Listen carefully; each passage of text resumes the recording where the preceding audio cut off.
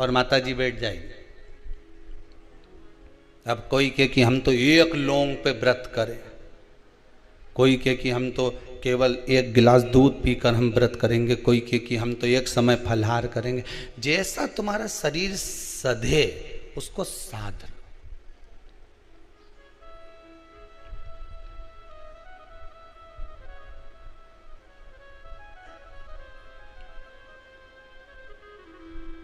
जैसा शरीर सधे।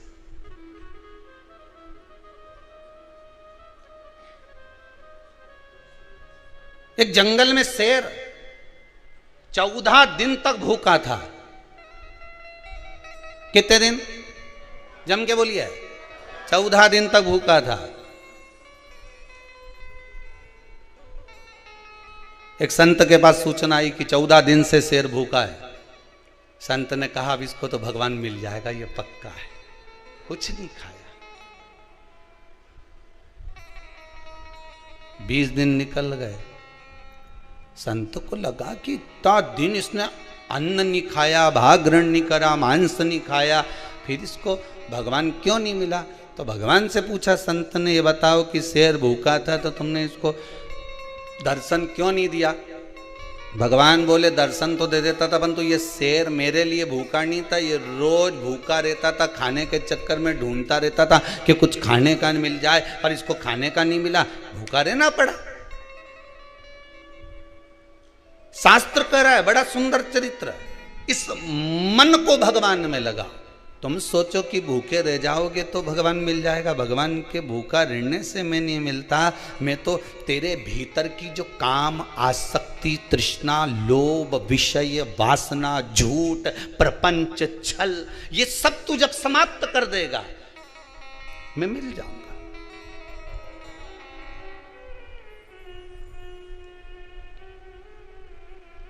दूसरों की स्त्रियों के प्रति, नारियों के प्रति, कन्याओं के प्रति दृष्टि तो तुम्हारी गलत है।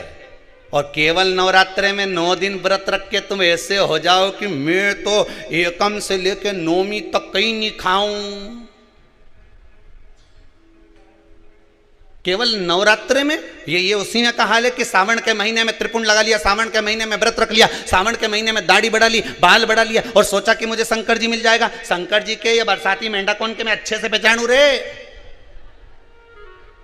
भोलानाथ जी भी कहे इनके बरसाती के मेंढा कौन को मैं पहचानू, ये बरसात में ही निकले केवल, उसी तरह सावन में नजर आए। तो ये ढोंग और प्रपंच भगवान को प्रसन्न नहीं है। भगवान को प्रियता निर्मल मन सो मोहि पावा, मोहि छल छिद्र कपट ना भावा। भगवान को प्रियता क्या है? केवल एक निर्मलता का स्वभाव, निर्मलता का मन, चित्त, वृत्ति, तुम्हारा अच्छा भाव। भगवान को ये नहीं चाहिए कि तुम भूखे कितने हो। भगवान ये नहीं देखता कि तुमने कितने समय तक तप करा। भगवान तो ये देखता उस तप में तुमने मेरा ध्यान कितना करा। माता जी का अगर व्रत कर रहे हो तो तुम कितनी देर माता की स्तुति कर रहे हो, तुम कितनी देर भगवान का भजन कर रहे हो, तुम कितनी देर भगवती स्मरण कर रहे हो। मालूम पड़े स्तुति करी कुछ नहीं और व्रत बहुत लंबा रखा, भगवान कैसे मिलेगा?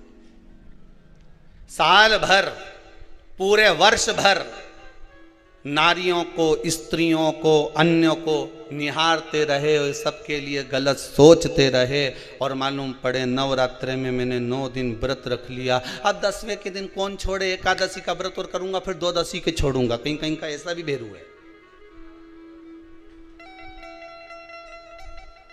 उस चित्तवृत्ति में तुमने भगवान को कितना रिझाया? तुम करो व्रत, खूब करो, डट के करना। तुम दान करो, डट के करो, कोई दिक्कत नहीं। तुम कमाई करना तो भी डट के करना। तुम्हें जो करना है अच्छे से करो, दिल से करो। पर जितने दिल से तुम कमाई करते हो, जितने दिल से तुम दूसरा कार्य करते हो, उतने दिल से अगर आप व्रत कर रहे हो तो उस व्रत में उतने ही दिल से भवानी का स्मरण भी करना, शंकर का अनुमोदन भी करना, राम और कृष्ण का भजन भी करना, भगवत भक्ति में उतना डूबना जिससे परमात्मा तुम्हें प्राप्त हो जाए।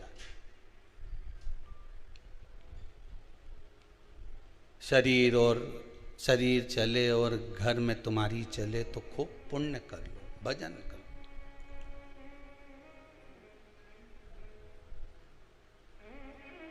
कईयों की तो टीवी देखते समय टीवी के सामने ही नहीं चले। दादी रिमोट दे दे मेरे को, अभी मेरा डोरेमोन आ रहा है, रिमोट दे। दादी के एक दूनी धर के सियोर वाला महाराज आई रिया चला दे, बता पर पितृमोक्ष कथा वाची रिया तू डोरामोन देखी रिया, दे इधर। वो गया और उसने नी दिया दादी ने रिमोट, तो मैं टीवी के पास पहुंच कर खटका ही बंद करिया, ले देख ले। अब देख, अब दादी भी ऐसी, मैं टीवी के बाजू में बैठी खटका चालू करके, अब आ तू।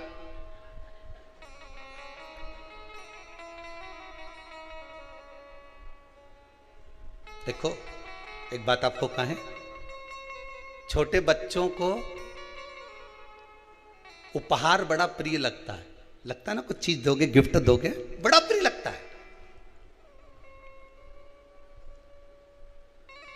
और बच्चों ने कुछ मांगा, उपहार तुम कुछ नहीं दे पाए, तो बच्चा रोएगा कि नहीं रोएगा? अरे बोलो तो जम के। इतनी दूर गई थी, सीहोर गई थी, कथा सुनने गई थी, मेरे लिए क्या लाई? अब उसको समझाओ कि भैया सीहोर तो माँ कुबेरेश्वर धाम से 12 किलोमीटर दूर था, वहाँ जंगल में तो महाराज ने कुबेरेश्वर महाराज के बिठाया, वहाँ ना तो बिस्कुट मिले ना चिप्स मिले ना वहाँ पर कच्छू मिले, बस दोनों टाइम महाराज जी भोजन करा दे, एक बार नाश्ता करा दे, 2 बार चाय पिला दे, छुट्टी। अब यहाँ कहाँ जाए इतनी दूर, बताओ तो मेरे लिए क्या लाई? अब बच्चों को उपहार प्रिय है, और मालूम पड़े तुम बच्चों को उपहार नहीं दोगे तो रोएगा कि नहीं रोएगा? अगर उपहार तुमने कोई चीज देना चाहिए और बच्चे को नहीं दी तो वो रोएगा, पर जो उसके हित में होगा वही तो तुम दोगे। बोलो तो सही, जो अहित का होगा वो दोगे क्या? एक बात अपनी जिंदगी में उतार लीजिए,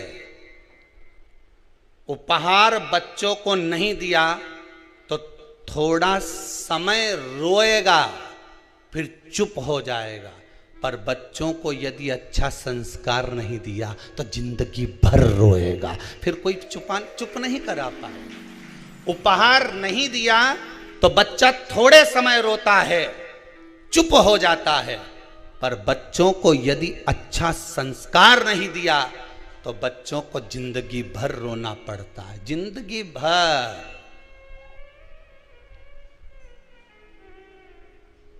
अब उपहार जरूरी है कि संस्कार जरूरी है?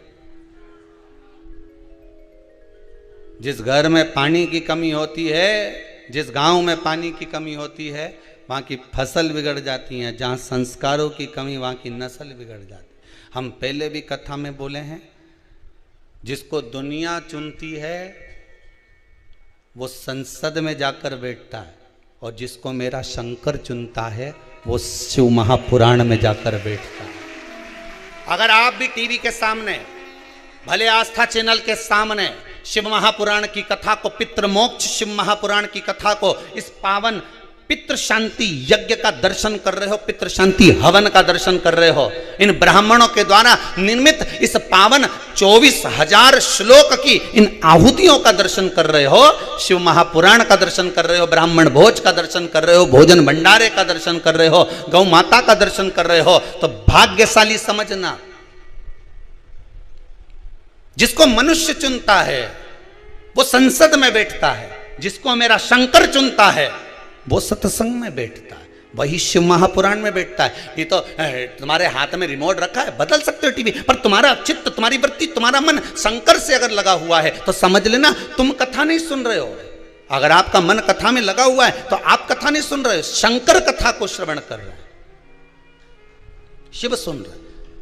और आपके घर में अगर टीवी चल रही है, शिव महापुराण की कथा मोबाइल पर, फेसबुक पर, यूट्यूब पर या टीवी पर चल रही है, उसका जो वॉल्यूम बढ़ा हुआ है, उसके शब्द जैसे सिंह गर्जना करता है, शेर धाड़ता है, तो छोटे छोटे जीव भाग जाते हैं, हिरण आदि छोटे छोटे पक्षी पशु भाग जाते हैं। उसी तरह जब शिव महापुराण के शब्दों की गर्जना होती है तो ना जाने कितने पाप कर्म हमारे चले जाते हैं और ना जाने कितने जीवों का कल्याण हो जाता है, मात्र उसकी गर्जना से, मात्र शिव महापुराण के स्मरण से, शंकर के अनुमोदन से। ब्रह्मा जी ने केवल एक उनकी चित्त वृत्ति से विचार कर लिया, ब्रह्मदेव ने, ब्रह्मा जी विचार करे कि मुझे आधा आधा बनाना था, तो ब्रह्मा जी ने दोनों को जोड़ के बना दिया। अब जो जुड़ के बना ना वो किन्नर उत्पन्न हो गए, आधा पुरुष आधा स्त्री। भगवान विष्णु जब भगवान देवाधिदेव महादेव के साथ निकले भ्रमण के लिए आए, उनने देखा किन्नरों को देखकर भगवान विष्णु को हंसी आ गई। भगवान शंकर को अच्छा नहीं लगा, प्रभु ये आपने गलत कर दिया, आप हंसे क्यों इन पे? कि भगवान विष्णु बोले भगवान महादेव जी से, आपने बोला था सृष्टि को रचने के लिए, आपने कहा था आधा पुरुष बनाना आधा स्त्री बनाना, ब्रह्मा जी ने दोनों को भेला करके बना दिया। अभी आपको कथा में कहा जिसकी बुद्धि में जैसा होगा कथा वैसी मिलती है। आप अच्छा सोचकर कथा सुनोगे तो आपको अच्छी मिलेगी। आपने कथा में अगर बैठे हो और बुराइयां छाटना चालू कर दी कि महाराज जी ने क्या बोला क्या नहीं बोला, क्या करा क्या नहीं करा, तो तुम केवल बुराई छाटने बैठे हो तो बुराई ही मिलेगी।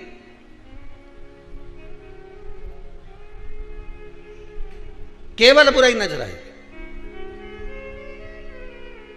जब तक तुम्हारे छोरे की शादी छोरी से नहीं हो जाए तब तक छोरी ऐसी लगे इतनी बढ़िया लड़की है गुरुजी, ऐसी बढ़िया, उसका परिवार का लोग भी अच्छा है, उसकी माँ तो इतनी सीधी बापड़ी, उन्हें बोलना ही नहीं आए, बहुत बढ़िया। उसका पिताजी बेचारा दुकान पे जाए न जाए, 2-3 भाइयों का परिवार है, दोनों तीनों भाइयों तो बेचारा खूब चतुर ने, बेचारा यही हमारा बीआई जी घना सीधा अच्छा, और उनका छोरा भी इतना बढ़िया बेचारा, इतना सीधा साधा, ने पूरे परिवार का गुणगान गाओ।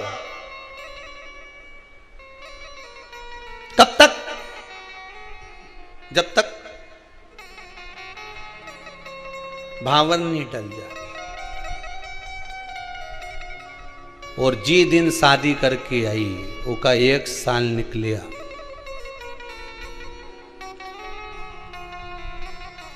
उसके बाद तो मोबाइल पे बात करने की भी डिजाइन बदल।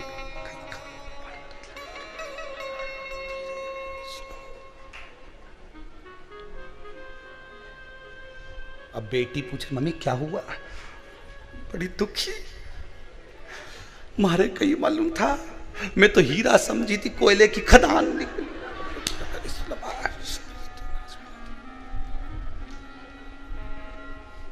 वो ऐसो कोई नहीं रे, या हीरा को परखियो राम, कोई नहीं रे।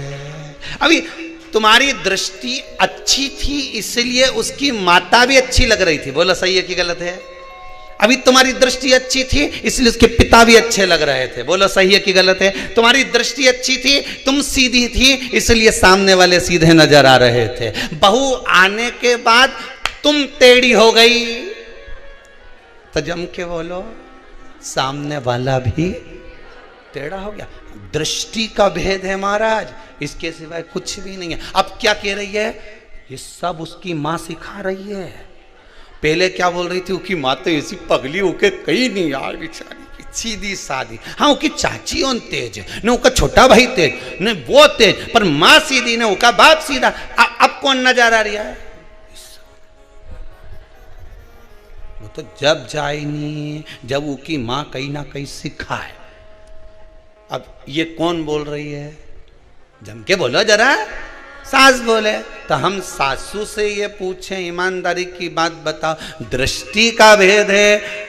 काला कलर का चश्मा पहनोगे तो सब काले ही नजर आएगा, धर्म का चश्मा पहनोगे तो सब धार्मिक नजर आएगा, पुण्य का चश्मा पहनोगे सब पुण्यवान नजर आएगा, चोरी का चश्मा पहनोगे सब चोर नजर आएगा, संस्कारवान का चश्मा पहनोगे सब संस्कारवान नजर आएगा। धर्मात्मा को धर्मात्मा दिखता है, पुण्यात्मा को पुण्यात्मा दिखता है, पापी को पापी दिखता है, कपटी को कपटी दिखता है, बेईमान को बेईमान दिखता है, छली को छली दिखता है, प्रपंची को प्रपंची दिखता है, झूठे को झूठा नजर आता है। जैसी आपकी दृष्टि होगी सामने वाला वैसा नजर आएगा।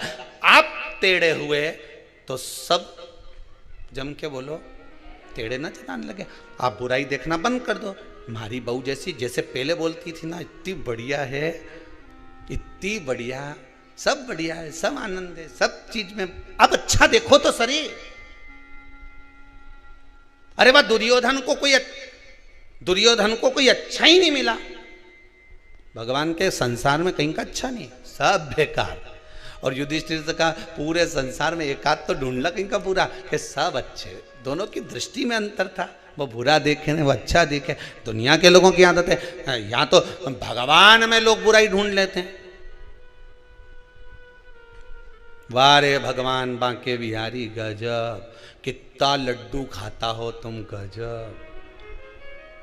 गणेश जी महाराज क्या लड्डू लड्डू में चकाचक रहे हो, कितना भोग लगे गणेश जी महाराज तुमके, कितना। गणेश जी महाराज मन में सोच रहे मेरी जगह आके तो बैठे एक बार, न हिलूं न डुलूं, बस ऐसे ही बैठे रहे। आके बैठ जरा एक बार, मालूम पड़ जाएगा कि लड्डू खाऊं कि नहीं खाऊं।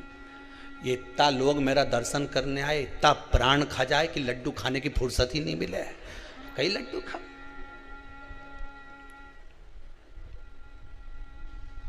तू आ तो सही एक आध बार हमारी जगह बैठ के तो देख।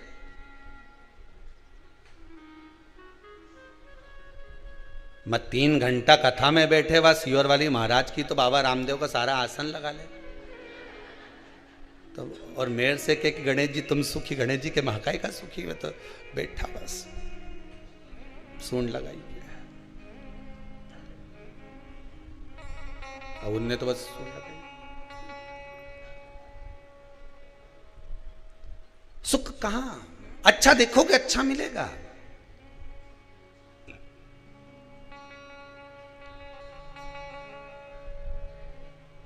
कितना खर्च करने के बाद भी सुख का अनुभव नहीं होता। शादी में कितना खर्च करते हो, 2-4-5 लाख रुपए, तो बड़ी बड़ी शादियों में तो 50-50 लाख खर्च हो जाता है, 5-5, 10-10 लाख खर्च हो जाता है। सब आइटम जोरदार जोरदार बनना चाहिए, गुलाब जामुन, इमरती, भजिया, पकोड़ा, मीन चाउमीन, ये और पानी पतासा, और ये सब तैयारी खूब जोरदार करी। गरम की गरम माल खिलाया, BIG के खूब जोरदार खिलाया। और कहीं कथा सत्संग में जाओ, ठंडी पूड़ी मिले, बोलो जम के खाओ कि नहीं खाओ, उसमें भी क्या जोरदार भोजन बना साहब, भगवान का प्रसाद में तो आप रूप स्वाद आ जाए। तो यही स्वाद में शादी में क्यों नहीं आए? लाखों रुपए खर्च करे, कितना खर्चा करा,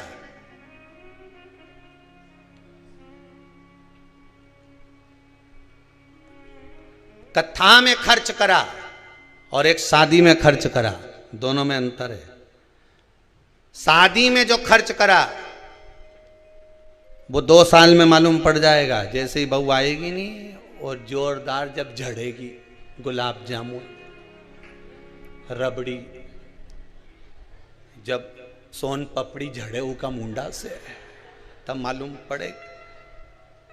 और एक कथा में जब खर्च करा, कथा में तुमने जो खर्च करा, इतने लोग तुम्हारे दान से, पुण्य से, ये जो लोग ऑनलाइन कथा श्रवण कर रहे हैं अपने पूर्वजों के लिए, जो ब्राह्मण भोज के लिए, गौ माता के लिए, मंदिर निर्माण के लिए जो दान देते हैं, जो तुमने पुण्य करा, दान करा, सत्कर्म करा, कथा में कहीं खर्च करा, और वो खर्च करा हुआ जो तुमने शादी में खर्च करा ने वो झड़े, और यहां जो खर्च करा वो यहां नहीं झड़े, वहां ऊपर जाके झड़े। स्वयं पितृ देवता झड़ते हैं, स्वयं हमारे घर के पूर्वज, हमारे घर के पितृ, हमारे घर के आहूत, हमारे घर के वासुक के धन्यवाद देते हैं कि मेरे घर का पोता, मेरे घर का बेटा, मेरे घर की बहू, मेरे घर का परिवार का व्यक्ति शिव महापुराण की कथा करवा रहा है, सुन रहा है, दान कर रहा है, पुण्य कर रहा है, सत्कर्म कर रहा है। मेरे घर के बच्चे इस पितृपक्ष में शंकर की कथा का अनुमोदन कर रहे हैं, जिससे मेरा कल्याण हो रहा है, मुझे कुछ प्राप्त हो रहा है।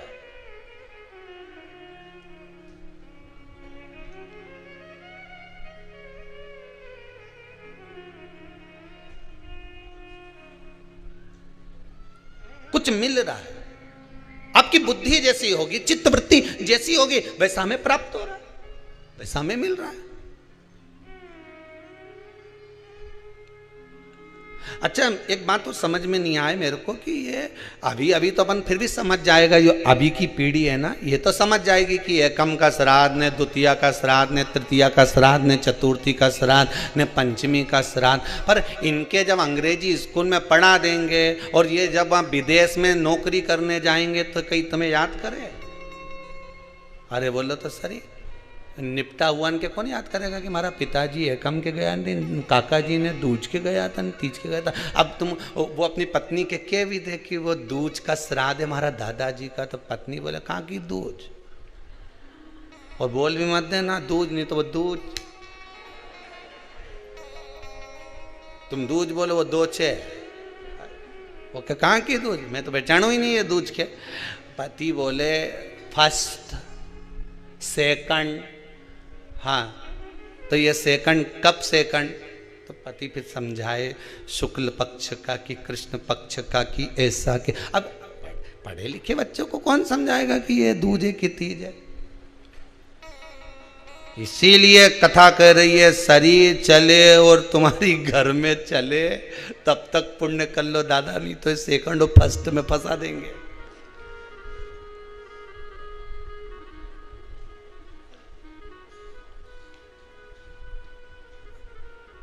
कहीं नहीं जाए।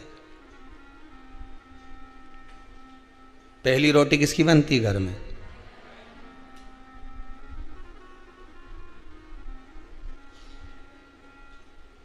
पर जिसके यहां बहुत जल्दी रहे, नहीं मेरे को जाना जल्दी रोटी बना, उन्होंने कहा भी बना के ले दो पराठा, और वो पहले नंबर का पराठा ही ले जाके दे दिया। अब तुम तो बोले कि पहली रोटी गाएगी, तो क्या रोटी और पराठा में अंतर है, पर यह शास्त्र के कि तवा पे तो डली नहीं, कढ़ाई पे तो पड़ी नहीं, मतलब जो पहली बनी वही पहली जाना थी, पर के अब उनके जल्दी जाना था तो रोटी, अब किसी ने कथा में कह दिया कि बता हमने तो सियर वाला महाराज का मुंडा से सुनी थी कथा, उन्हें कहा था कि पहली रोटी गाय के देना चाहिए, तुमने पहला पराठा बना के उनके गाय खिलाया, तो क्या गई गौ माता से कम है कहीं, अभी तो गौ माता।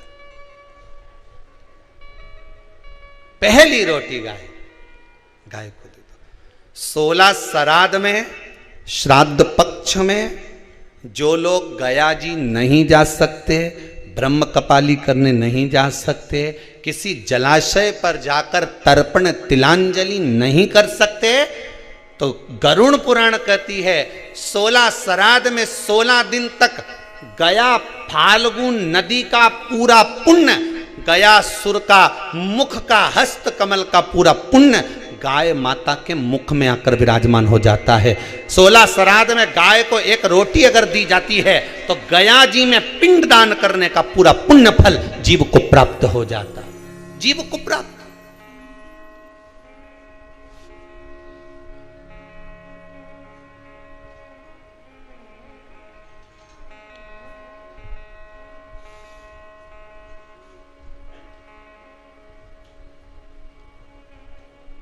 पूरा पुण्य प्राप्त हो जाता है। अगर गया नदी नहीं जा सकते, फाल्गु पर नहीं जा सकते, गया का पिंड करने नहीं जा सकते, दो चीजें अपने जीवन में उतार लीजिए। एक 16 श्राद्ध में हमें गाय को रोटी देना है, खूब तला हुआ, खूब पका हुआ, खूब घी में या तेल में तरबतर गौ माता को नहीं देना। उसका कारण क्या है वो भी समझ लीजिए। रोड पर कॉलोनियों में जो गाय घूमती हैं, इन रोड पर कॉलोनियों में घूमने वाली गाय जगह जगह पर पॉलीथीन वगैरह खा लेती है। बोलो खाती कि नहीं खाती? पॉलीथीन जब गाय खाती है तो उसके पेट में जम जाता है, उससे गाय के पेट में कैंसर हो जाता है। उसको तुम अच्छा पदार्थ खिलाओगे तो गाय हो सकता है कि बीमार पड़ने लगे। इसलिए ज़्यादा घी का, तेल का कोई पदार्थ गौ माता को ज़्यादा ना दीजिए। इसलिए हमने जैसे आपको कहा कि निःशुल्क पितरों की शांति के लिए जो कोरोना में शांत हो गए उनके लिए ये यज्ञ रखा है, हवन रखा है। हमने तुरंत आशीष जी को, समीर जी को ये बात कही कि ये काम करो, साथ में हवन तो चल ही रहा है, थोड़ी सी लापसी तैयार करो और लापसी तैयार करके गौ माता को प्रतिदिन जो जो शांत में उनके निमित्तार्थ थोड़ा थोड़ा सा गौग्रासी जाए पर जाना चाहिए। एक हवन वो जो अग्नि में सांकल्य छोड़ी जा रही है, जो गाय का घी छोड़ा जा रहा है और पितरों को मिल रहा है, और दूसरा गौ माता के 16 दिन तक 16 श्राद्ध में मुख में गया क्षेत्र रहता है। गया जी और ब्रह्म कपाली के पिंड का दान पुण्य अगर कहीं प्राप्त करना है तो गाय के मुख में मिलेगा। गाय के मुख। क्यों दी जाता है कौवा को भोजन? श्राद्ध पक्ष में कौवे को भोजन क्यों दिया जाता है? क्यों छत पर ले जाकर रोटी का टुकड़ा डालते हैं? काशी, कांची, अवंतिका, अयोध्या आदि जितने पावन क्षेत्र हैं, जगन्नाथ, द्वारका, रामेश्वरम, बद्री नारायण, जितने जितने पुण्यशाली क्षेत्र हैं, मथुरा आदि जितने, वृंदावन आदि जितने पुण्य क्षेत्र हैं, शिव महापुराण की कथा में, स्कंद पुराण में लिखा है कि जितने पुण्यशाली क्षेत्र हैं, सारे पुण्यशाली क्षेत्र, चाहे चित्रकूट हो, अयोध्या हो, काशी हो, उज्जैनी हो, त्र्यंबकेश्वर हो, जितने पुण्यशाली क्षेत्र हैं, सारे पुण्यशाली क्षेत्र में पिंडदान होता है। बोलो मालूम है कि नहीं आपको? मालूम? सब दूर तर्पण होता है, सभी जगह पिंड होता है, सभी जगह तर्पण होगा, पिंड होगा। तो श्राद्ध पक्ष में तुम इतनी सारी जगह जाकर तर्पण कर सकते हो क्या? जम के बोलिए, नहीं कर सकते। इतनी सारी जगह जाकर पुण्य कर सकते हो क्या? नहीं कर सकते। इतनी सारी जगह जाकर तुम ब्राह्मण को भोजन करा सकते हो क्या? नहीं। इतनी सारी जगह जाकर ना पिंड दे सकते, ना तर्पण कर सकते, ना पुण्य कर सकते। अब ये 16 दिन में इतने तीर्थ कितने, हजारों में तीर्थ, इतने तीर्थ में जाकर कहां पुण्य करोगे, कहां पिंड दोगे? तो उसका एक निर्णय निकाल दिया कि पितरों के देवता आर्यमा कौवे पर बैठते हैं। काय पे बैठते हैं? कौवे पर। तो एक काम करो, जब हम पितरों के देवता आर्यमा कौवे पर बैठकर पितृलोक से 16 दिन जब भ्रमण के लिए निकलते हैं तो घूमते हैं, तो क्यों ना एक काम करें कि कौवे के लिए भोजन छत पे डाल दें। हमारे छत का कौवा जब अन्न का भाग ग्रहण करेगा, पितरों के देवता को बिठाकर जब घूमने के लिए निकलेगा, तो जहां जहां घूमने जाएगा, जब जब बीच में कोई तीर्थ पड़ जाएगा, तो वहां के पिंडदान का फल हमको मिल जाएगा। इसलिए कौवे को भोजन कराया जाता है।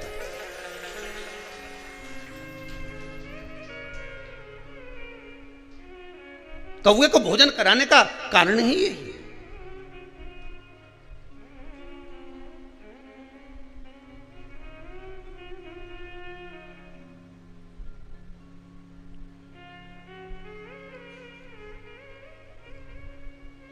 अभी गणेश जी विसर्जन हुए, गणेश जी को जल में विसर्जन किया, तो आपके मन में एक प्रश्न तो खड़ा होगा, आया तो होगा कि गणेश जी के 10 दिन तक बिठाओ, नित्य पूजन करो, ने पाठ करो, ने अर्चना करो, ने 10वें दिन इनके विसर्जन कर दो, और वो भी पानी में कर दो।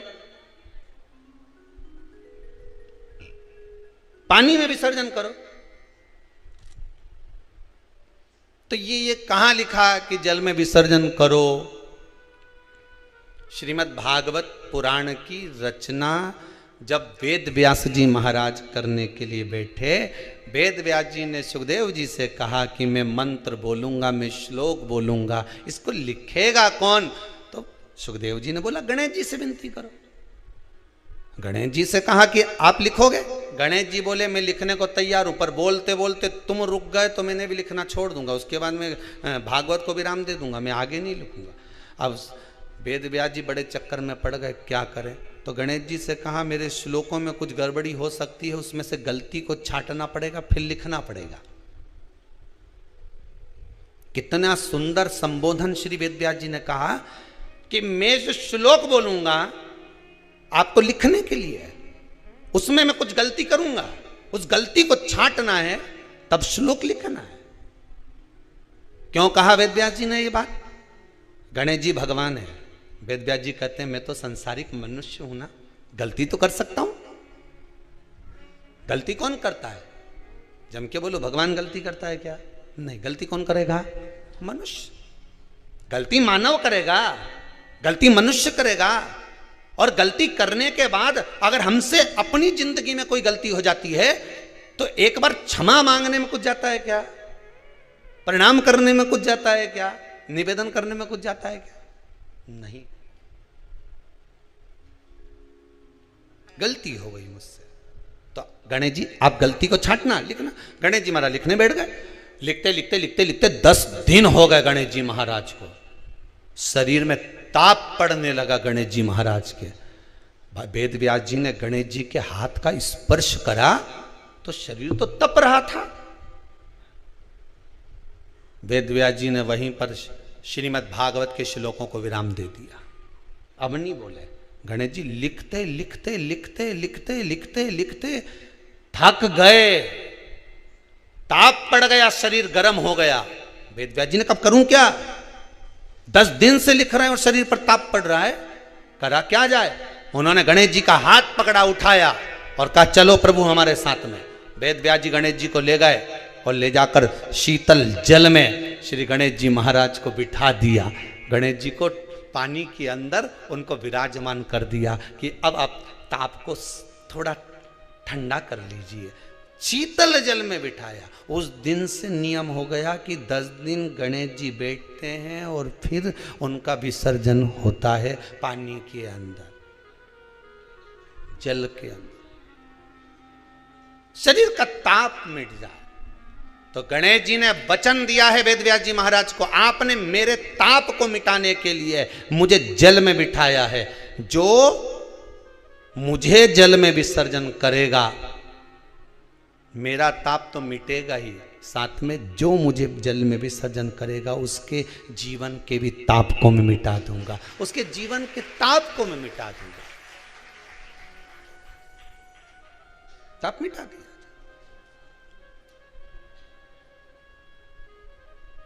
पर करो गणेश जी का विसर्जन, मना नहीं है हो, पर अच्छे से करो रे हो। अब मत छोरा छोरियों ने तो निशाना लगा है, वो हमारा गणेश जी जई रिया, वो हमारा सबसे आगे पहुंचा तो इधर वाला ने इधर से फेंका, हो गया। ये हमारे धर्म की हंसी उड़ा रहे हैं, ये हमारे धर्म की हंसी है।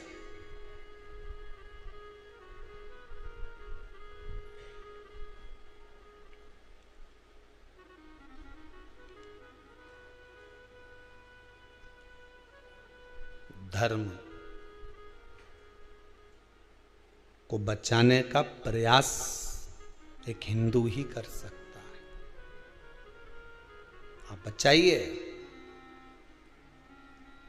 अभी एक जगह पर कहीं कार्यक्रम था और वहाँ 2-4 लोग मिलने के लिए आए, और मिलने के लिए आए तो उनमें से एक बोले कि गुरुजी ये सब आपको राम राम कहेंगे, जय श्री कृष्णा कहेंगे, पर ये जो भैया साथ में आए ना ये बड़े चिढ़ते हैं भगवान के नाम से, ये कभी राम राम नहीं कहेंगे। हमने कहा अच्छी बात है, नहीं कहेगा तो मत कह दो,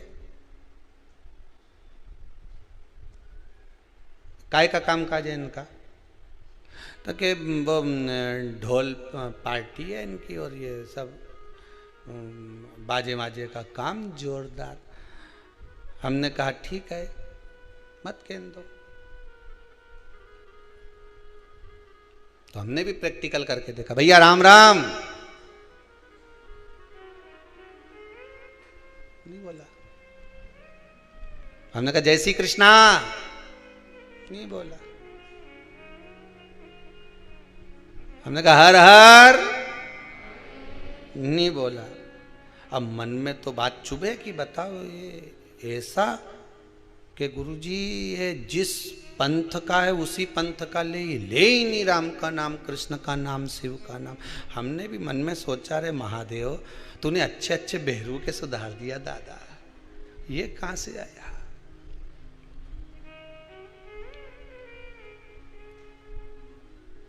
अब अभी गणेश जी का विसर्जन था तो हमने कहा जाओ उसी के यहाँ का बैंड बुक करके आओ,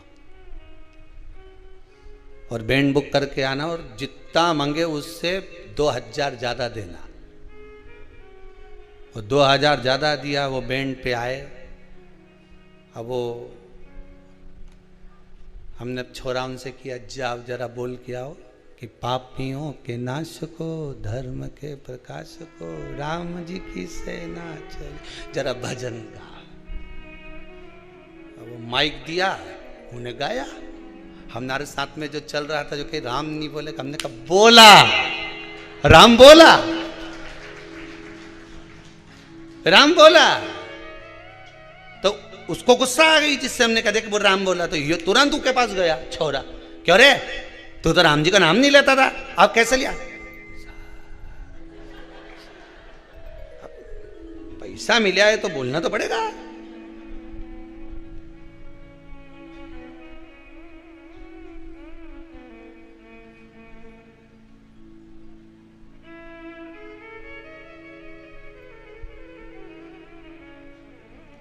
पूरी दुनिया धन रुपया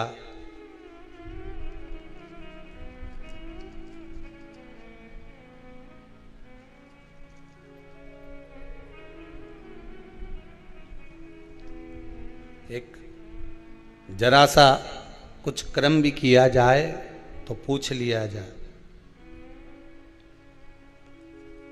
कि भाई धन कितना मिलेगा,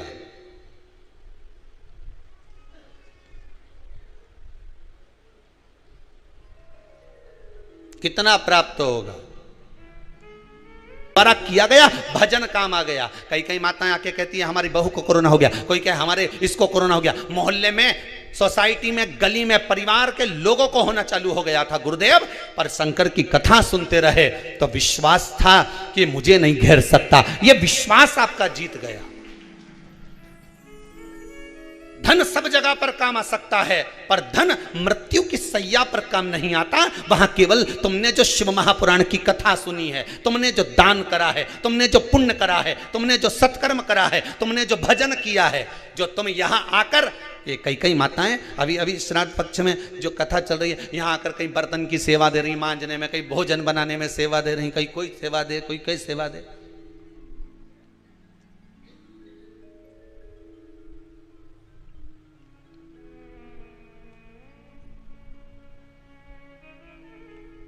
सेवा तुम कर रहे हो।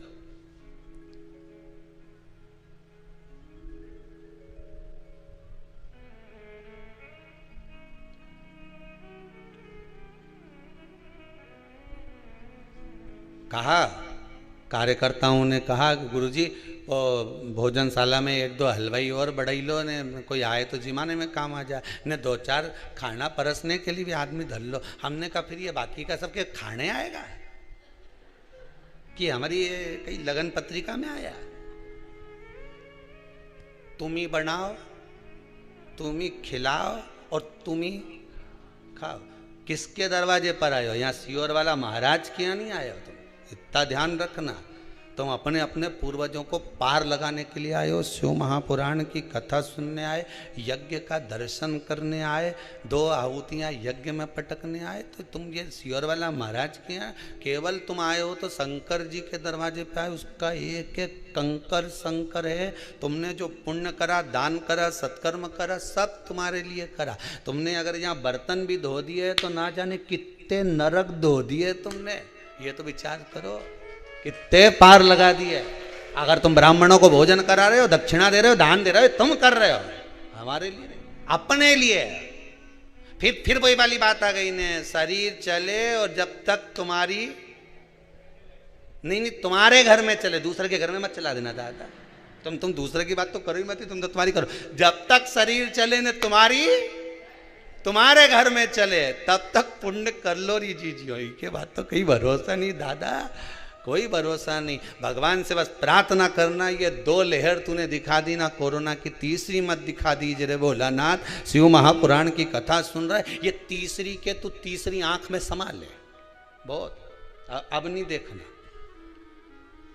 धन हर जगह काम आ जाएगा, पैसा हर जगह काम आ जाएगा, सत्ता हर जगह काम आ जाएगी, पर तुम्हारा पुण्य, तुम्हारा सत्कर्म, तुम्हारा भजन, तुम्हारा कथा श्रवण करना, तुम्हारा स्मरण, तुम्हारा दान, ये कहीं काम आएगा। तो तुम्हारे प्राण छोड़ते समय अंतिम क्षण में तुम्हारा किया गया सारा सत्कर्म का लेखा तुम्हारे सामने होगा। वसीयत तुम यहीं छोड़ जाओगे, पर वो जो लेखा पुण्य का है वो यहाँ छूटेगा नहीं। लोग कहते मुट्ठी बांधे आया जग में हाथ पसारे जाएगा। शिव महापुराण की कथा कहती है हाथ पसारे नहीं जाएगा, तेरे हाथ में वही पुण्य रख कर भेज दिया जाएगा जो तू कर कर जा रहा है, जो तू कर कर जाएगा। अरे अपने हाथ में दिन भर तुम मोबाइल चलाते हो, अरे बोलो तो सही, चलाते क्यों नहीं चलाते? पर थोड़ी देर 1 बजे से 4 बजे तक तुम मोबाइल को थोड़ी देर के लिए उंगलियों को बंद कर फेसबुक यूट्यूब पर ले जाकर छोड़ देते हो। कथा आ रही है, शिव महापुराण की कथा चल रही है, मुझे कानों में हेडफोन लगाकर सुनना है, मैं चित्तवृत्ति लगाऊंगा कथा में, मेरे पूर्वजों का उद्धार करना है। मैंने पिंड भले नहीं कराओ, मैंने ब्राह्मण भोज भले ना कराया हो, मैंने गौ माता को अगर एक रोटी भी नहीं दी तो कोई बात नहीं, पर शिव महापुराण की कथा अगर 16 श्राद्ध में मैं श्रवण कर लेता हूं तो ये मेरा विश्वास कहता है कि मेरे पूर्वज तर जाएंगे। मुझे विश्वास है कि मेरे पूर्वज मुझ पर आशीर्वाद प्रदान करेंगे, क्योंकि किसकी कथा चल रही है? पितरों की। और पितरों की घर की बेटी माता पार्वती जी की माता मैनावती है। मैनावती कि पुत्री माता पार्वती है, पार्वती जी के पुत्र श्री कार्तिकेय गणेश, और ये सब हैं, ये संबंध हम जोड़ने के लिए निकले हैं, संबंध। और जब संबंध जोड़ने के लिए निकले हमें कुछ संबंध। भोलेनाथ मेरा है, डमरू वाला मेरा है,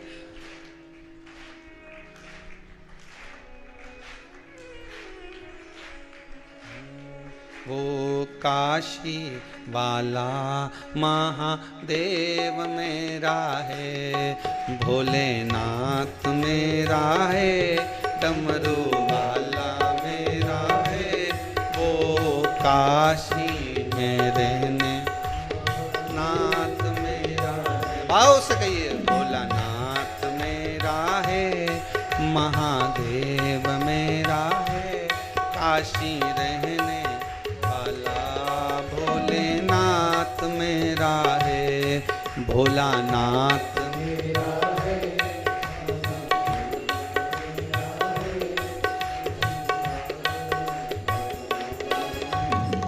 भगवान शिव की कथा करिए, शिव तत्व हमारा।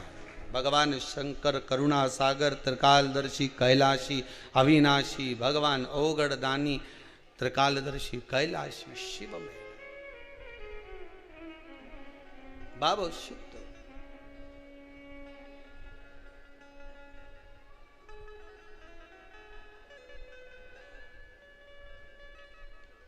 और जब ओगड़दानी शिव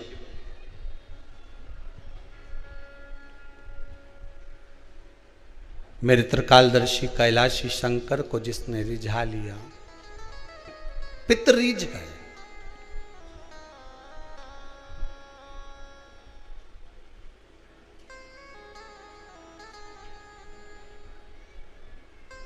फिर रिझाने के लिए कुछ चीज की जरूरत नहीं है। ब्रह्मदेव ने गलती कर दी, विचार दृष्टि की हो जाती है। किसी किसी के साथ गलती हो जाती है, बोला कुछ जाता है, समझा कुछ जाता है।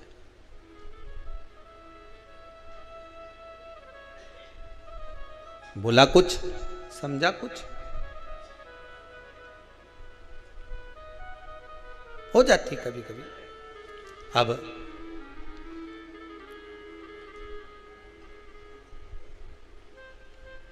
ब्रह्मा जी के उस स्वरूप को जो बनाया था किन्नर, आधा आधा, भगवान विष्णु हंस दिए। आप हंसे हो,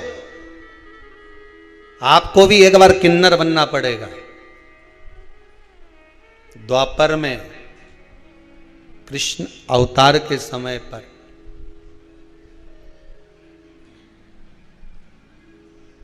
जब कौरव और पांडवों में युद्ध के मैदान में देवी को प्रसन्न करने के लिए बलि देना थी, अर्जुन से कहा गया था एक पुत्र तेरा, जब तुम वन गए थे उलूपी के साथ में जब विवाह हुआ था तो वहां एक पुत्र हुआ था आरावन, उसको लिया। रावण का संबोधन था, दादाजी मैं मरने को तैयार हूं पिताजी, पर एक बात है, मैं कुंवारा नहीं मरना चाहता। शिव महापुराण की कथा कहती है कि विवाह के बाद जो मरे उनका तो श्राद्ध भी हो जाता है, तर्पण भी हो जाता है, तिलांजलि भी हो जाती है। ब्राह्मण भोज कराया तो ब्राह्मणों के भोजन का पुण्य भी उनको मिल जाता है। किसी को अन्नदान दिया तो अन्नदान का पुण्य भी मिल जाता है। पर रावण कहता है कि अगर मैं कुंवारी अवस्था में मर गया तो ना तो मेरा पिंड होगा, ना मेरा तर्पण होगा, ना मेरी तिलांजलि होगी, ना ब्राह्मण भोजन करेंगे तो उसका भाग मुझे मिलेगा, ना आप तीर्थ करने जाओगे तो उसका भाग मुझे मिलेगा, ना कोई सत्कर्म का भाग मुझे मिलेगा। अधोगति में मरे हुए व्यक्ति को भाग कैसे मिले? कुंवारी अवस्था में मरने वाले को क्या मिलेगा? ये कई लोग कह देते हैं हम तो बड़े परेशान हो गया, वो कोई 10वीं में पास नहीं हुआ, कहीं का 12वीं में फेल हो गया, कहीं कोई एग्जाम में बैठा था, कंपटीशन एग्जाम में बैठा था, कोई नौकरी की तैयारी कर रहा था, नहीं हुआ, मर गया। अरे भैया सारे टिकट फुल हैं तो ट्रेन में चढ़ोगे तो बाथरूम में बैठना पड़ेगा। बोलो सही है कि गलत है? अरे जम के तो बोलो सही है कि गलत है? अब बाथरूम में बैठकर जाना पड़ेगा और वहां भी धक्के खा रहे, लोग कह रहे चल बाहर निकलो, हमें अंदर जाना है। फिर बाहर निकला, भैया फिर टीसी, फिर चले गया, टीसी ने आवाज लगी चल निकाल बाहर, नहीं निकल, बाहर निकाल, नहीं निकल, निकल आई, कौन है अंदर, नहीं निकल, टीसी आवाज लगा नहीं निकला। अब उसी तरह टिकट फुल है ना, तुम चले जाओ, उसी तरह भगवान ने तुम्हारी उम्र लिख के भेजी थी इतना साल जिएगा और तुम जबरदस्ती की नहीं मैं तो रस्सी बांध के मरूं, नहीं मैं तो ये खा के मरी जाऊं, नहीं मैं तो ट्रेन के नीचे कूदी जाऊं, नहीं मैं तो ये करके मरी जाऊं। अब मर तो गए पर ऊपर तो सीट फुल, फिर क्या करोगे? तो कि ये भटकता रहे, इके भूत प्रेत बना दो, डाकनी पिशाचनी चुड़ैल बना के भेज दिया, उन्हें भटकता फिरे। अब दिखे तो है ही नहीं, वे तो हवा के रूप में घूमे, इतना में बीच बीच में टीसी आता रहे, वही पहाड़ा के ऊपर चढ़ के गदा लेके और बेहतरीन काला और काली मूंछ और जोरदार मुकुट, उसमें बीच में नीलम चमक गया और मूंछ पे ताव देके और के हम यम है। इके इतनी देर में जैसे टीसी आवाज लगाए थे, इके टिकट याद है ही नहीं, पुण्य का टिकट होता। फिर बीच बीच में यमराज आके डराता रहता है, कहाँ भटक रिया है बेरू, भटके रोता है जीव, वो प्राण तो छोड़ देता है, मर तो चले गया, भटके रोए। जिसके घर का जीव रहता है उसके दरवाजे पर रोज जाकर विनती करता है, देखो श्राद्ध पक्ष में कोई तो श्राद्ध पक्ष में दिया तो सही। अरे ये कथा कह रही है दादा, श्रीमद् भागवत में वर्णन आया है, पर गोकर्ण ने धुंधकारी के लिए कितना दान दिया। बोलो सही है कि गलत है? अरे बोलो तो सही। भागवत सुनी कि नहीं सुनी? बहुत सारा महाराज उनकी आए टीवी पे, तुम कभी भी चालू करके सुन लेना। ने धुंधकारी के लिए ने गया जी का श्राद्ध करा, ने ब्रह्म कपाली करी, ने पिंडदान करा, ने तर्पण किया, ने ये किया, ने वो किया, सब किया, इसके बाद भी नहीं तरा।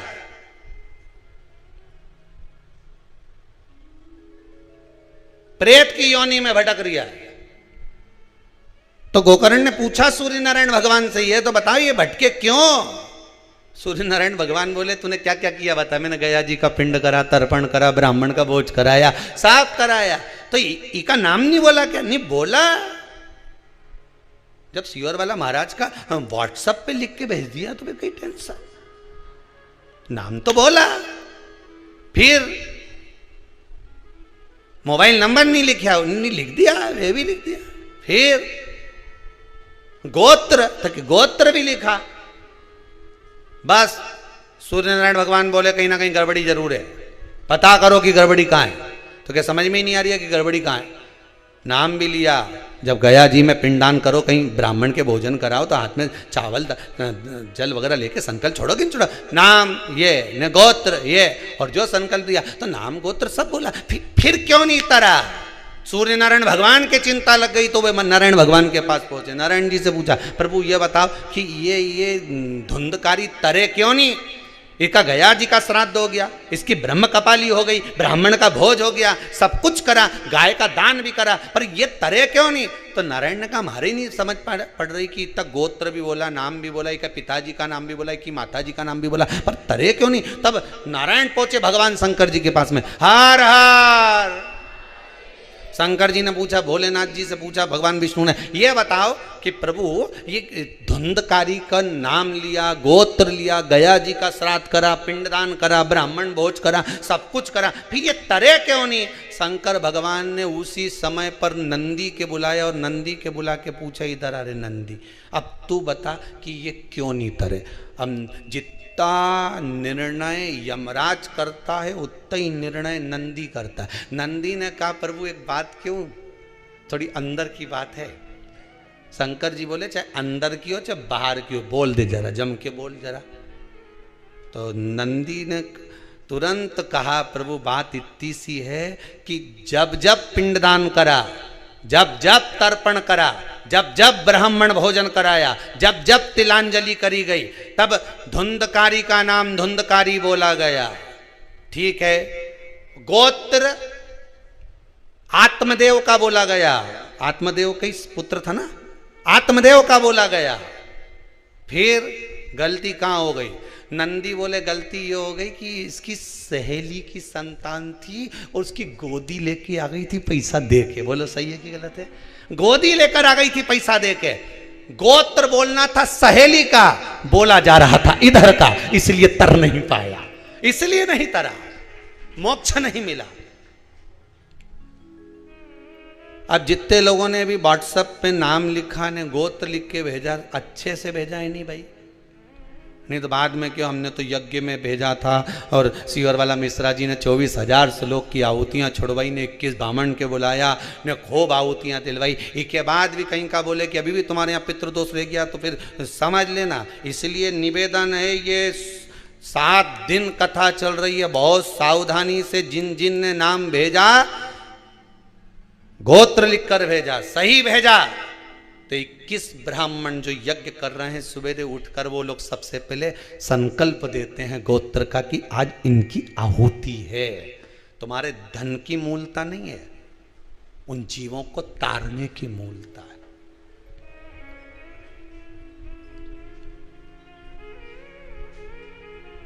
गोत्र मूल है।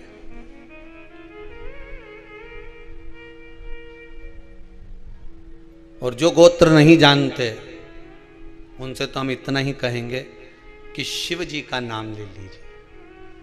शंकर भगवान से शादी में पूछा गया था, पंडित जी ने पूछा था, तुम्हारा नाम बोलो शंकर, गोत्र बोलो शंकर। पंडित जी बोले कुछ खा पी के आए हो क्या? शंकर जी बोले मुस्कुरा के, जरूरत ही नहीं अपने, तो अपने जरूरत ही नहीं, तो क्या कुछ पिए विए हो क्या? शंकर जी बोले वो तो कब से पी रहे हैं, कब से, जिंदगी हो गई साहब, राम नाम का भर भर प्याला खूब पिया। और जो एक बार भगवान के नाम का प्याला पी ले वो तो वैसी अलमस्त रहे, वैसी अलमस्त। हमसे ही लोग कहते हैं, काय सीवर वाला महाराज तुम जब देखो जब मुस्कुराता ही हुआ दिखता हो, ऐसा क्यों? पिए। शंकर जी का भजन स्मरण। और आपसे भी निवेदन है, बिन पिए नशा हो जाता है जो भोले भोले गा। और जितने लोग गाड़ी चला रहे हो वो मत बोलना, हाथ उठा करो, हर हर महादेव। भगवान शिव की कथा कर रही है। शंकर भगवान गोत्र का मूल महत्व बताते। बहुत ध्यान दीजिएगा शिव महापुराण की ओर, कि आपके भाव की निर्मलता से भगवान मिल जाए। कहा आरावन कह रहे हैं, अगर मान लो मैं कुंवारी अवस्था में मर गया,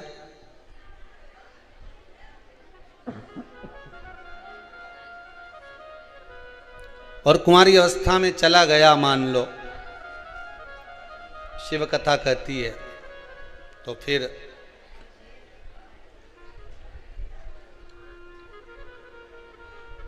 ना तो मेरा तर्पण होगा, ना मेरी तिलांजलि होगी, ना ही मेरा पिंडदान होगा।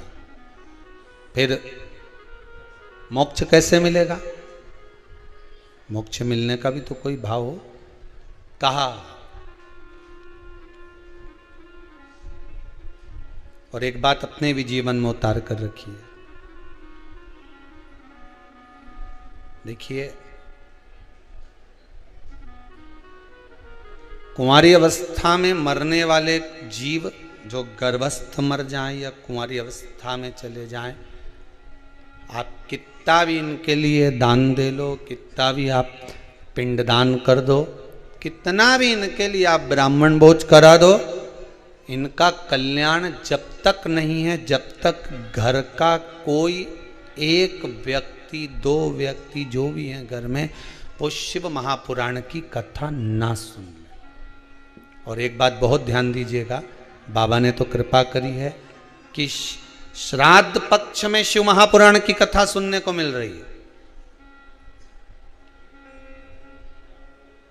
श्राद्ध पक्ष में मिल रही है। और मेरा तो माताओं से विशेष रूप से निवेदन है, पुरुष वर्ग से तो है ही, नवयुवक बच्चों से तो है ही, गर्भस्थ दुनिया के लोग तो यहां 7 पीढ़ी की बात करते हैं कि 7 पीढ़ी में अगर कोई कुंवारी अवस्था में गया होगा तो उसको मोक्ष मिल जाएगा। यहां शिव महापुराण की कथा और उज्जैनी सांदीपनी ऋषि बाबा की वो पावन धरा वावंतिका उज्जैनी में भगवान शिव के मंदिर के उस दीवाल पर लिखा हुआ है, 71 पीढ़ी तर जाती है मात्र एक शिव महापुराण की कथा श्रवण करने वाले, करवाने वाले की 71 पीढ़ी।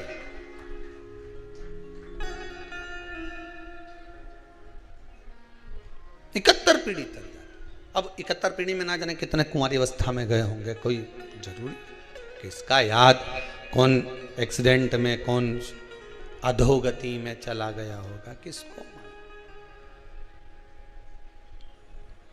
एक बात आपको कही थी, आप लोगों को स्मरण होगा, अगर मान लो आप ब्राह्मण को भोजन नहीं करा पा रहे हैं, मान लो आप गौ माता को रोटी नहीं दे पा रहे हैं, स्वान को भोजन नहीं दे पा रहे, कौवे को भोजन नहीं दे पा रहे हो, और मान लो गया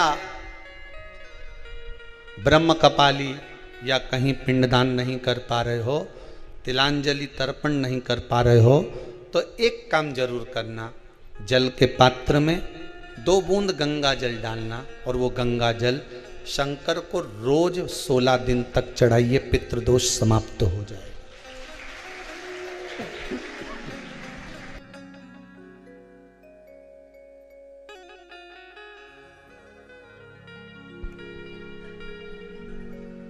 पितृदोष समाप्त हो जाए।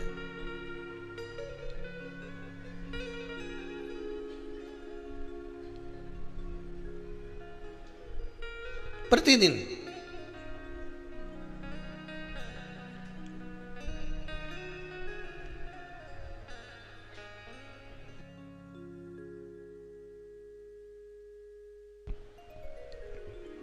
सोलह दिन तक प्रतिदिन चढ़ाई।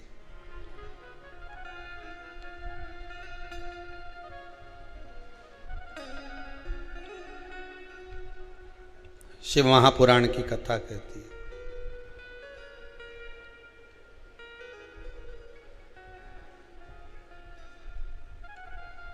अर्धनारीश्वर भगवान का दर्शन कर कर जो ब्रह्म उत्पन्न हुआ,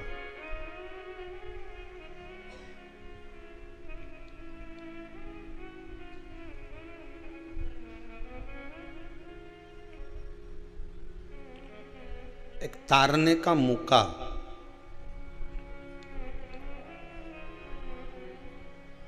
अपने पूर्वजों को पार लगाने का मौका ये शिव महापुराण के माध्यम से मिला है।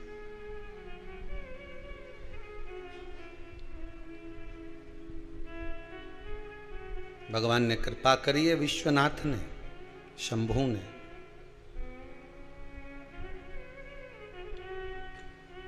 घर बैठे पितृ शांति यज्ञ का दर्शन घर बैठे हो रहा।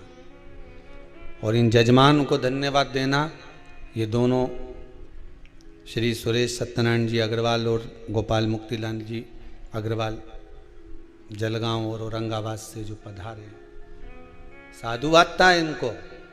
तो इतना जनमानस को देश और विदेश में बैठे हुए ना जाने कितने जीवों को पार लगा देंगे साहब।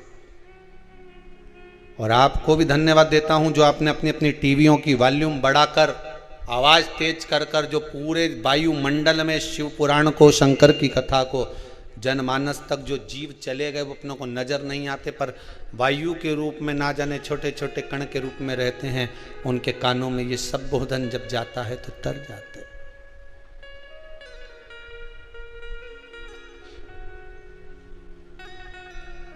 उतर जाते हैं। अब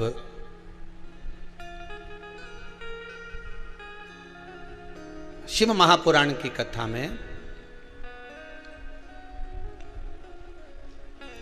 जैसे धुंधकारी के मोक्ष के लिए गौकर्ण ने बहुत कुछ करा, उसी तरह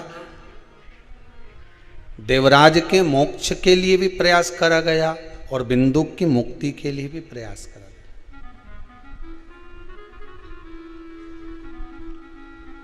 चंचुला देवी काशी में जाकर निवेदन करती है देवाधिदेव महादेव से कि प्रभु मेरा पति प्रेत योनि में पड़ा हुआ, पितृदोष है, ये आपको कैसे मालूम पड़ेगा?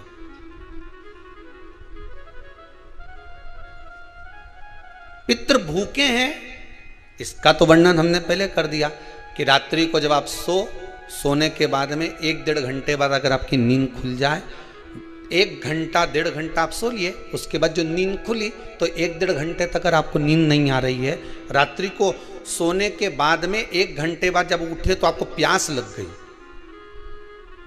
भूख लगने लगी, प्यास लगने लगी कि मेरे को पानी पीना पड़ेगा, घबराहट हो रही, पानी पीना पड़ेगा।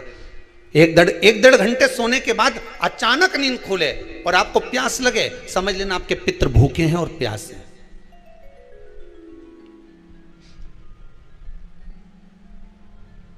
वो भूखे और प्यासे हैं, उनको जल की जरूरत है।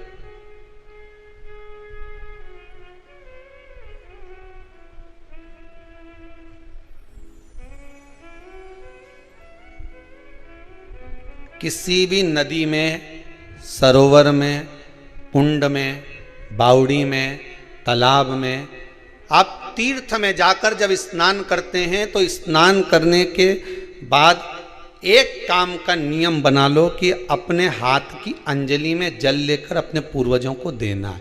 प्यासे रहते हैं, भाग मांगते हैं।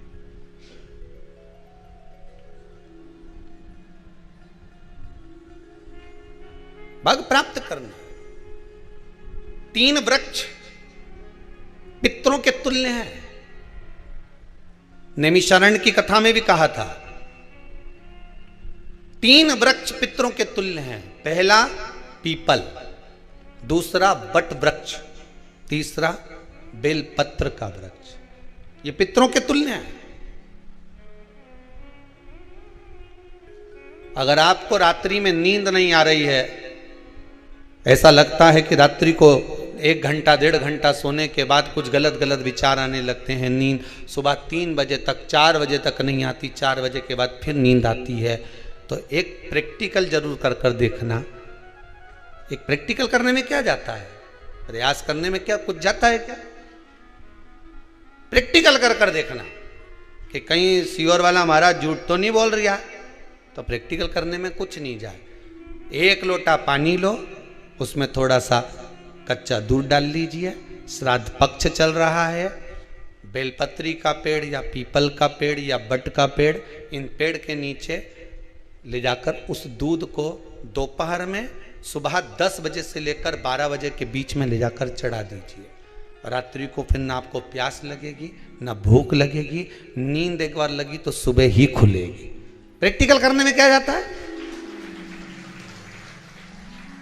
पानी डालने में तुम्हारा कुछ जाएगा? अरे बोलो तो सरी, हमें 10 रुपया का दूध जरूर उसमें, और तुम इतनी चतुर हो, इतना सारा दूध थोड़ी डालोगी, तुम 2 किलो का डालोगे। कहाँ तुम इतना डालने वाली हो है?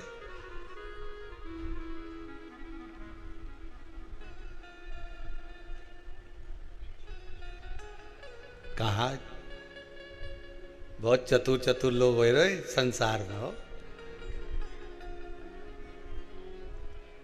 भले पूजन पाठ नहीं करे पर कहीं का एकदम मिलने आ जाए ना, क्या अम्मा जी है क्या पाठ कर रही है, फिर वो भी बैठ गई तुरंत, अभी तो सोई थी।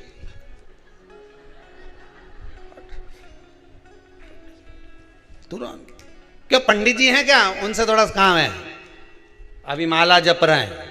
मालूम पड़े पंडित जी तो आराम से सेव फल खा रहे थे। अब प्लेट सोफा के नीचे घुसे तुरंत।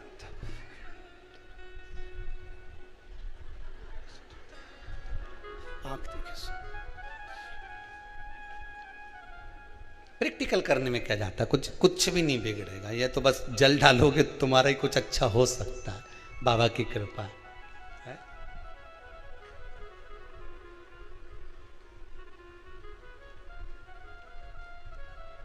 3 वृक्ष पितरों के तुल्य हैं। पहला जम के बोलिए पीपल, दूसरा बट वृक्ष, तीसरा बेलपत्री का वृक्ष। तीनों पीपल के वृक्ष में 52,000 ब्राह्मण एक साथ निवास करते हैं, इसलिए पितृतुल्य है। बट वृक्ष ब्रह्मा जी के मस्तक से बना, इसलिए पितृतुल्य है। और बेलपत्री का वृक्ष माता पार्वती जी के अश्रु से बना। जब आंसू गिरे थे माता जगत जननी जगदम्बा पार्वती के, उस समय पर पितृलोक में हलचल उत्पन्न हो गई थी। हमारी नातिन की आंख में आंसू कैसे आ गए? मैनावती की पुत्री है,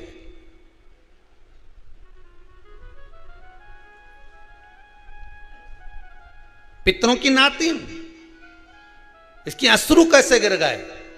पार्वती जी ने कहा ये आंसू नहीं, मेरा पुण्य भाग प्रकट करती हूं बेलपत्री के रूप में। तो पितरों ने वर दिया था कि ये बेलपत्री का वृक्ष हमारा आशीर्वाद है, इसके नीचे अगर कोई दीप लगाता है, शिव को स्पर्श कर चढ़ाता है, उसके पितरों की शांति होगी। हम स्वयं उसको आशीर्वाद देने के लिए पधारेंगे। बेलपत्र का वृक्ष पितृतुल्य।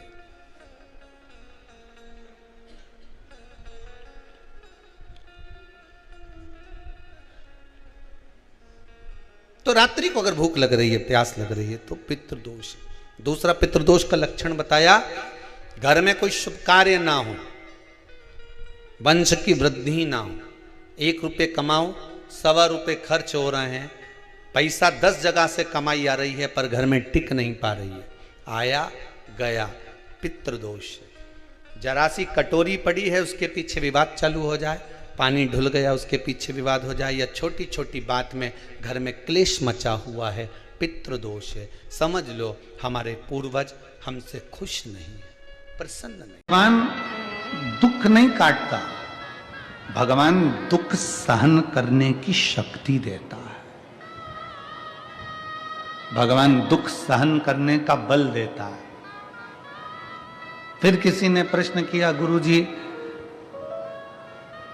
जब ऊपर जाते हैं मरकर 84 लाख योनियां मिली हैं, सारी योनियों में ऊपर गए मर मर कर, भगवान ने ऊपर जाकर अपने को, हमने सुना है कि गरुड़ पुराण में लिखा है कि ऊपर जाने के बाद बेतरनी में गिरो, नरक में पड़ो, खोलते तेल में उकाला, त्रिशूल से मारा, चाकुओं से काटा, सब कुछ हुआ।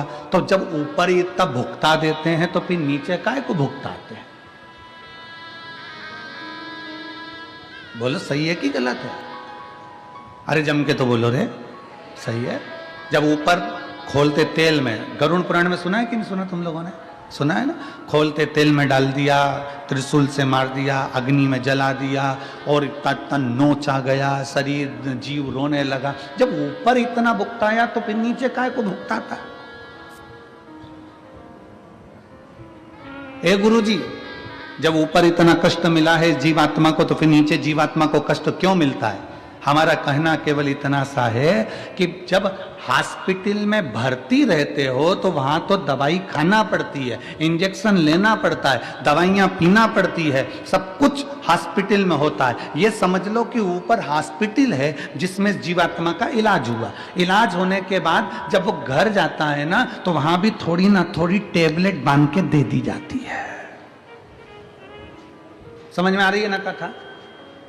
वो हॉस्पिटल है जहां हम भोग कर आए और भोग कर आने के बाद वहां के डॉक्टर ने, धर्मराज ने, यमराज ने थोड़ी बहुत टेबलेट बांध कर दे दी कि अब ये नीचे जाएगा तो सुबह शाम ये दवाई मिलती रहेगी, मतलब कहीं ना कहीं दुख प्राप्त होता रहेगा। तो बस उसी तरह डॉक्टर ने कह दिया घर जाकर ये दवाई लेना पड़ेगी, तो डॉक्टर से कहो डॉक्टर साहब मैंने हॉस्पिटल में इतनी दवाई खा ली, अब घर की क्यों दे रहे हो? नहीं, घर का डोज तो देना पड़ेगा, घर पे जाओगे तो ये दवाई तो लेना पड़ेगी, ऐसा तो करना पड़ेगा। उसी तरह जीवात्मा ने कहा जब हम इतना ऊपर भुगत लिए, हमें खोलते तेल में डाल दिया, अग्नि में पटक दिया, पानी में पटक दिया, हमें नोच नोच के खा गए, ऊपर हमें नरक में इतना भुगताया गया, अब नीचे क्यों भुगता रहे हो? तो भगवान ने कहा चिंता मत कर, हॉस्पिटल से छुट्टी करी है तो घर की टेबलेट देकर भेजा है, थोड़ा तो नीचे जाकर भी भोगना पड़ेगा।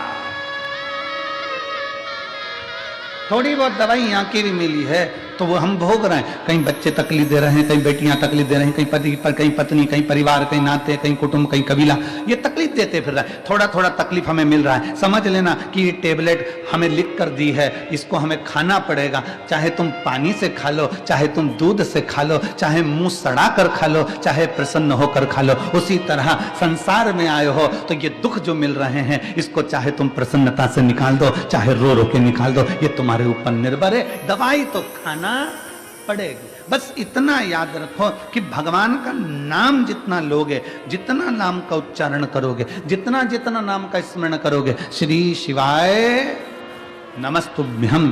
दुनिया के लोगों ने पूछा आखिर इस मंत्र में ऐसा क्या है, इस मंत्र में क्या है ऐसा, तो जप कर देखिए। जब से दुनिया के लोगों ने श्री शिवाय नमस्तुभ्यम जपना प्रारंभ करा, कोरोना महामारी के बाद जब भगवान शंकर के नाम का उच्चारण करना प्रारंभ करा, उसके बाद मनुष्य की दशा और मनुष्य की दिशा दोनों सुधरना प्रारंभ हो गई, मनुष्य का जीवन संवरना प्रारंभ हो गया, मनुष्य का जीवन संवरना प्रारंभ हो गया।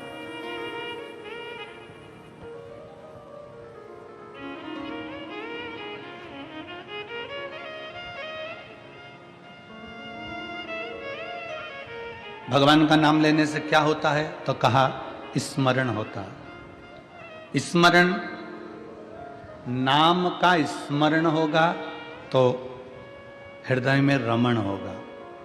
हृदय में रमण होगा जब हमारे हृदय में भगवान के नाम का रमण होना प्रारंभ हो जाएगा। नाम का स्मरण हुआ, स्मरण से रमण हुआ, और रमण होना जब हृदय में प्रारंभ हो गया तो समझ लो दुख का मरण हो जाएगा, फिर दुख समाप्त हो गया।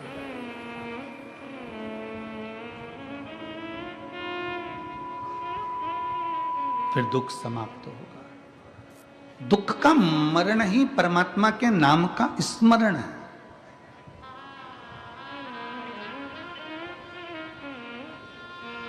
श्री शिवाय नमस्तुभ्यं, श्री शिवाय नमस्तुभ्यं, श्री शिवाय नमस्तुभ्यं, श्री शिवाय नमस्तुभ्यं, श्री शिवाय नमस्तुभ्यं, श्री शिवाय नमस्तुभ्यं, श्री शिवाय नमस्तुभ्यं, श्री शिवाय नमस्तुभ्यं, श्री शिवाय नमस्तुभ्यं श्री शिवाय नमस्तुभ्यं। आप उसको भजेंगे, जपेंगे, स्मरण करेंगे, दुख कटेगा। फिर किसी ने कहा कि कथा में जाकर क्यों बैठे? हम टीवी पर कथा सुनते तो हैं, हम मोबाइल पर कथा सुनते तो हैं।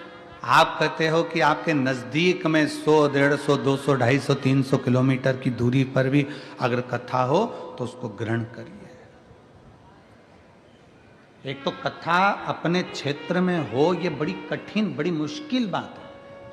कथा होते होते भी कहीं ना कहीं कुछ अड़चन आ जाती है, कोई तकलीफें आ जाती हैं और कैंसिल हो। अब ये भी आज ही लखनऊ में जो कथा होने वाली थी वो कैंसिल हो गई।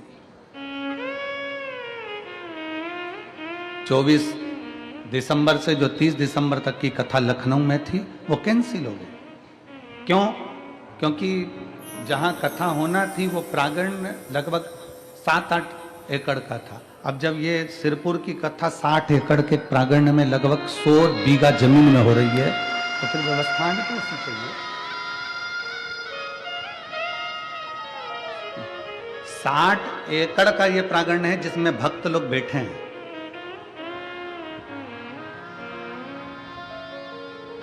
100 बीघा जमीन के अंदर अंदर ये पूरी व्यवस्था करी गई।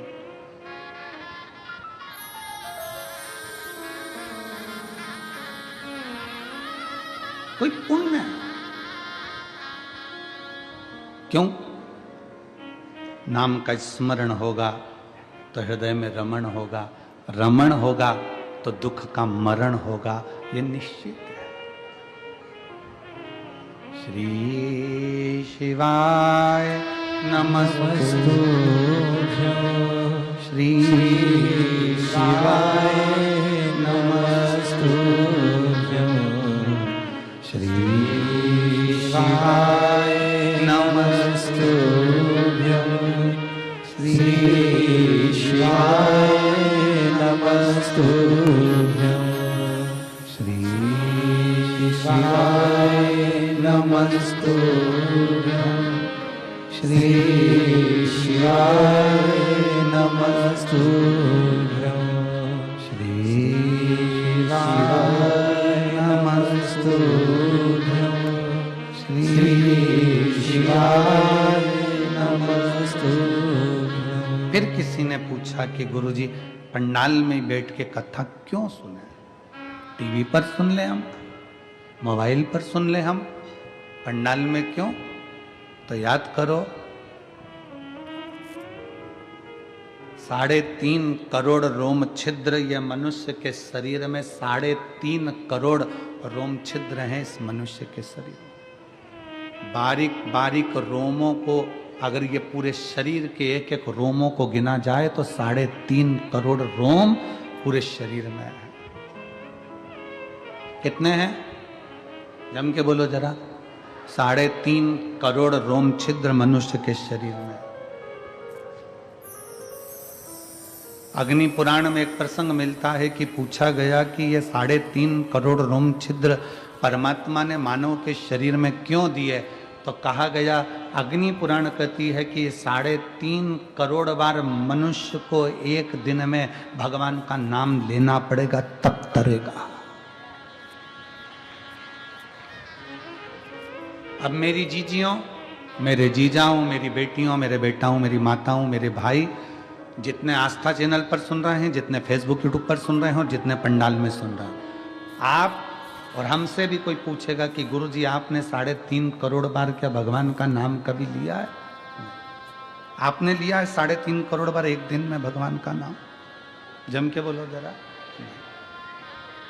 कोई संत, साधु, सन्यासी, तपस्वी भी नहीं होगा जो एक दिन में 3.5 करोड़ बार भगवान का नाम ले। तो अग्नि पुराण में आया कि ये मनुष्य तो 3.5 करोड़ बार भगवान का नाम ले ही नहीं पाएगा, फिर इसका क्या होगा? और शास्त्र कहता है जिसने 3.5 करोड़ बार भगवान का नाम ले लिया तो उसके दुख भगवान धीरे धीरे काटना चालू कर देता है। तो फिर ये 3.5 करोड़ बार बोल ही नहीं पाएगा तो इसका दुख भी नहीं कटेगा। तो फिर अग्नि पुराण ने कहा कि एक काम हो सकता है। शंकर जी बोले पार्वती से, पार्वती 3.5 करोड़ बार कोई अकेला बैठ कर नाम नहीं ले सकता, तो कथा के मंडप में जाकर बैठ जाए।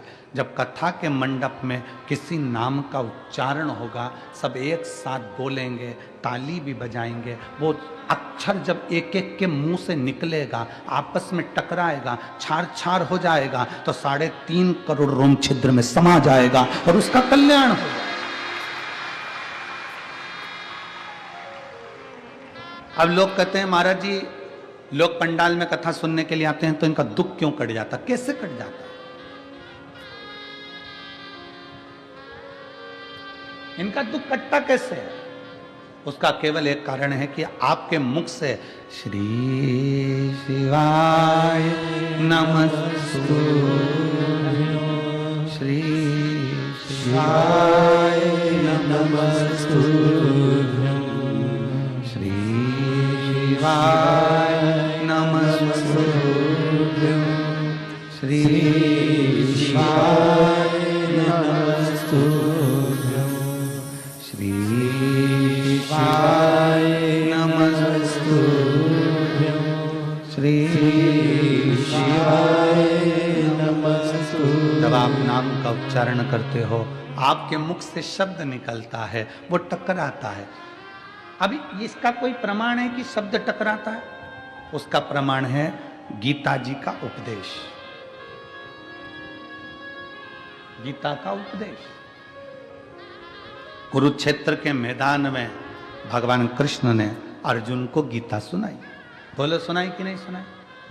अर्जुन को जो कुरुक्षेत्र के मैदान में गीता सुनाई, वो गीता का ज्ञान जो भगवान कृष्ण ने अर्जुन को दिया, अर्जुन को बोले भगवान कृष्ण गीता, उस गीता का उपदेश जब भगवान कृष्ण ने दिया, तो वो गीता बोलने पर भगवान के मुख से जो शब्द निकले, वो शब्द आज भी कुरुक्षेत्र की भूमि पर घूम रहे हैं। इसलिए वहां पर बड़े बड़े रिसर्च सेंटर लगाए गए कि भगवान ने जो ध्वनि में बोला था, वो ध्वनि पकड़ना है और उन अक्षरों को पकड़ना है। उसी अक्षरों को पकड़कर हमारे वेद और शास्त्र ये गीता का ज्ञान देते।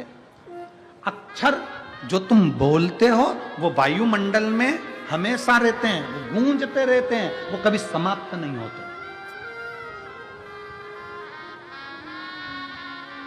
हमारे द्वारा आपके द्वारा बोले गए अक्षर, हमारे द्वारा आपके द्वारा बोले गए शब्द कभी समाप्त नहीं होते, वो घूम के हमारे पास आते हैं। आप किसी को बंद कमरे में एक ताला लगाओ, 1 कमरा बंद करो, 2 कमरा बंद करो, 3 कमरा बंद करो, 4 कमरे बंद करके अकेले कमरे के अंदर आप किसी की निंदा कर कर देखो, जिसकी निंदा करिए उस तक वो बात पहुंच ही जाती है। अब लोग कहेंगे हमने तो अकेले में की थी, ये बात उसके तक पहुंच कैसे गई? क्योंकि हमारे शरीर की वाइब्रेशन, हमारे शरीर की तरंगे हमारी बात को ले जाकर वहां तक छोड़ देती है जिसके लिए हमने कहा है।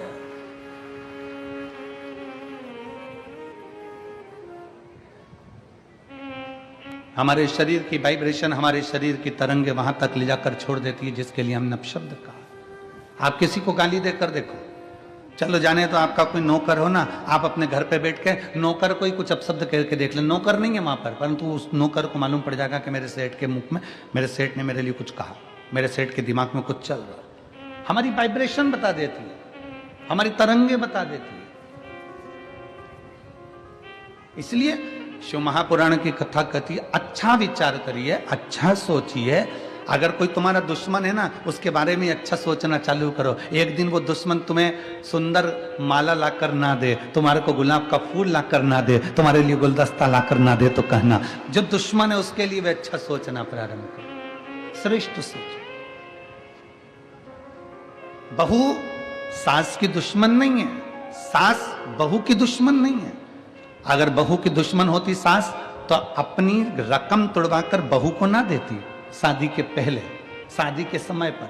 अगर सास तुम्हारी दुश्मन होती तो 1-2 लाख रुपए शादी में खर्च नहीं करती, 5-5, 10-10 हजार की साड़ियां, लहंगा तुमको नहीं दिलाती अगर तुम्हारी दुश्मन होती तो। और बहू अगर तुम्हारी दुश्मन होती तो वो अपना घर छोड़कर तुम्हारे घर में नहीं आती तुम्हारी गुलामी करने के लिए। ना सास बहू की दुश्मन है, ना बहू सास की दुश्मन है। ये दोनों रहते रहते एक दूसरे से बोलते नहीं, अपशब्द नहीं बोलते, पर अंदर ना जाने कैसे कैसी अंटी पालते रहते हैं, अंदर की वाइब्रेशन ऐसी कर लेते हैं, मम्मी ने ऐसा कर लिया, पापा ने ऐसा कर लिया, अंदर से सोच रहे हैं, तो वो वाइब्रेशन तुम्हारी सांस तक पहुंचती है, सांस की वाइब्रेशन बहू तक पहुंचती है, और दोनों का मन मोटाव आपस में चालू हो जाता है, और एक दिन ये होता है कि घर में अलग अलग हो जाते हैं। ये हमारे शरीर की वाइब्रेशन है, ये हमारे शरीर का विचार है, ये हमारी दृष्टि है। आप अच्छा सोचो ना, एक स्त्री, एक पत्नी रोज पति पर शंका करती है, रोज प्रतिदिन शंका करेगी, मन में शंका भरा गई है तो शंका करती रहेगी, शंका करती रहेगी, शंका करती रहेगी, शंका करती रहेगी। आखिर में पति को मालूम पड़ जाएगा कि ये शंका कर रही है, पति शंका करेगा तो मालूम पड़ जाएगा कि पत्नी शंका कर रही है। ये हमारी वाइब्रेशन है हमारे शरीर की, जो वहां तक पहुंचा दी। ये हमारे शरीर की वाइब्रेशन है जो वहां तक पहुंच रही है। शिव पुराण कहती है, अच्छा सोच,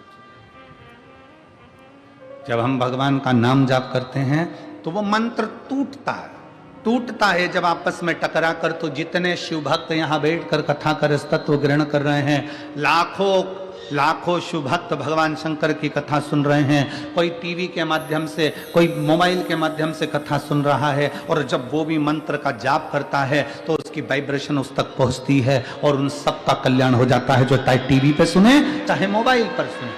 श्री शिवाय नमस्तु,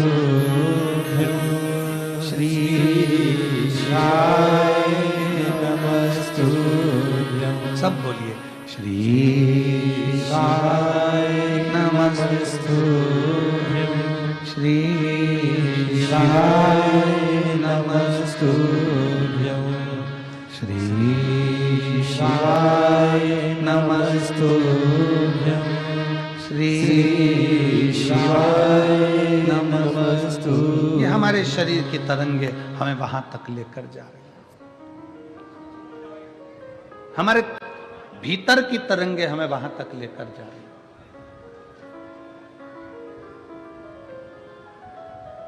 भगवान दुख नहीं काटता, अगर दुख काटता मेरा भगवान तो दुख ही नहीं देता। भगवान दुख देता है तो भगवान का कार्य है कि वो उस दुख को सहन करने की शक्ति देता है। दुख कौन काटेगा?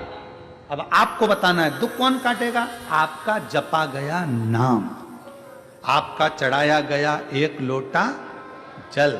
आप जो अपना घर छोड़कर परमात्मा के दरवाजे तक जा रहे हो, किसी भूखे को भोजन करा रहे हो, किसी प्यासे को पानी पिला रहे हो, किसी व्यक्ति के दुख की घड़ी में तुम काम आ रहे हो, और एक लोटा जल भगवान शंकर को चढ़ा रहे हो और मुख से श्री शिवाय नमस्तुभ्यम कह रहे हो, तुम्हारा वो सत्कर्म, तुम्हारा वो भजन, तुम्हारा वो नाम जाप, तुम्हारा वो स्मरण तुम्हारे दुख को समाप्त कर देगा, तुम्हारे कष्ट को समाप्त कर देगा। एक पत्र है,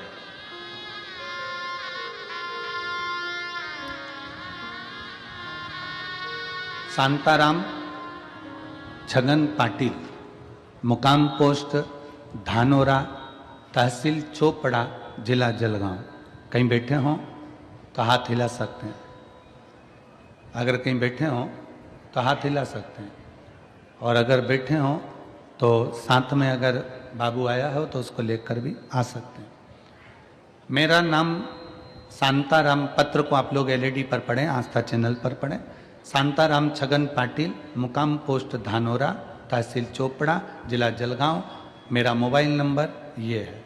मेरा लड़का हिमांशु शांताराम पाटिल, उम्र 14 साल, उसकी गर्दन इधर उधर घूम नहीं रही थी।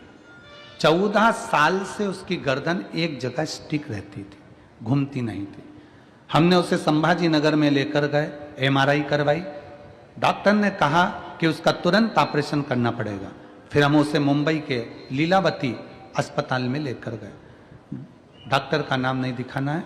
और लीलावती अस्पताल में जब लेकर गए, ऑपरेशन की तारीख आ गई 18/10/2023। ऑपरेशन की तारीख 18/10/2023 आई। 12 मंगलवार को ऑपरेशन करवाया, सर्जरी हुई, सर्जरी अच्छे से हो गई। लेकिन कुछ देर बाद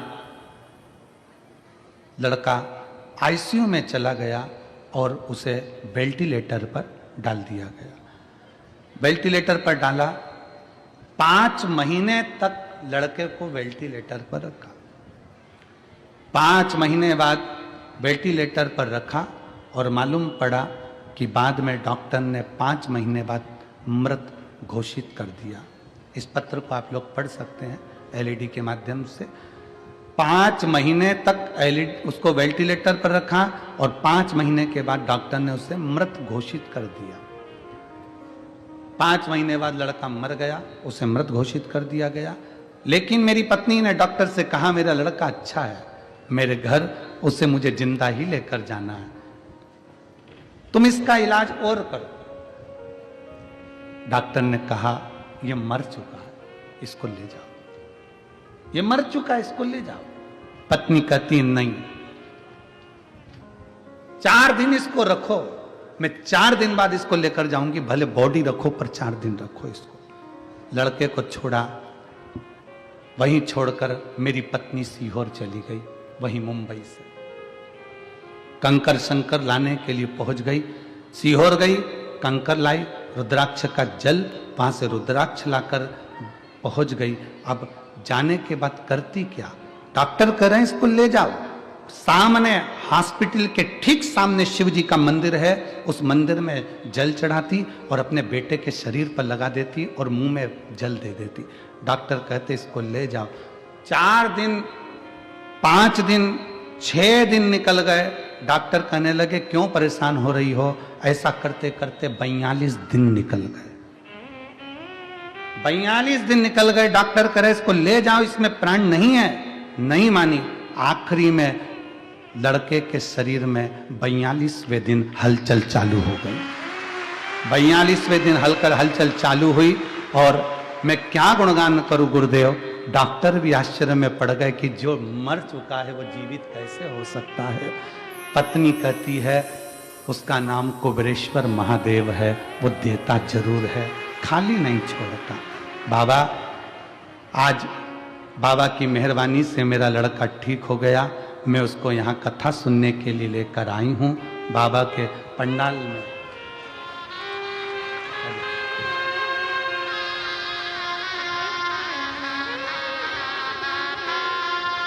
मेरे लड़के को मैं पंडाल में लेकर आई हूँ।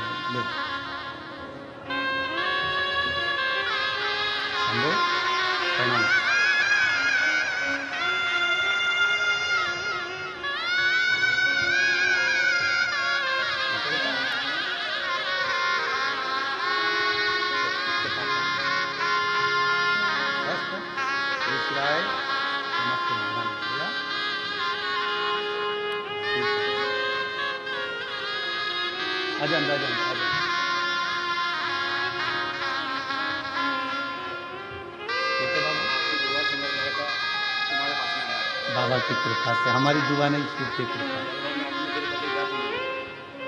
तो कह रहे हैं कि बच्चा इतना बीमार था तो मैं जलगांव की कथा में भी चले गया था और मैं नीचे से चिल्लाकर एक बेलपत्र मांग कर ले गया था। वही बेलपत्र बच्चे को दे दिया और आज बाबा की कृपा से खड़ा हुआ है। बीमारी में 33 लाख रुपए खर्च कर चुके हैं और बाबा की कृपा से आज ठीक होकर खड़ा है। दोनों हाथ उठाकर हर हर हरि लुटा दिया भंडार काशी वाले ने, कर दिया माला माल काशी वाले ने।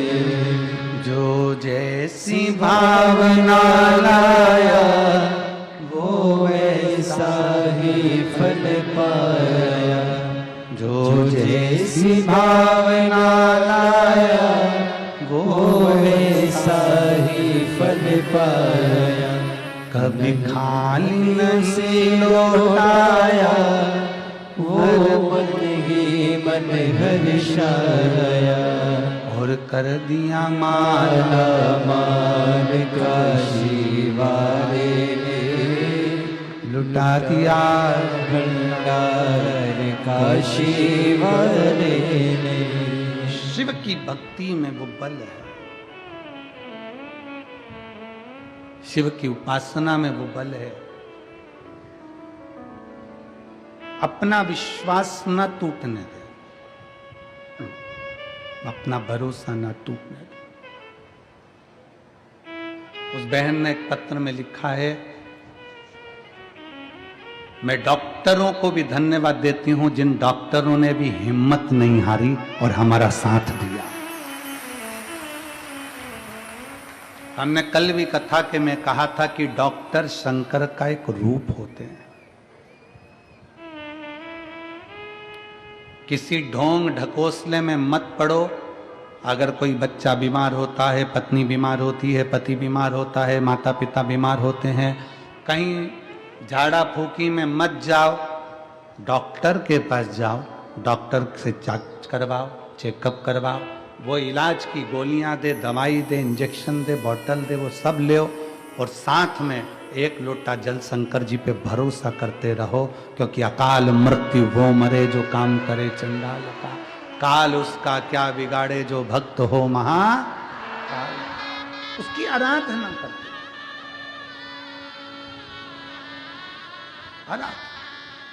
एक पत्र और है,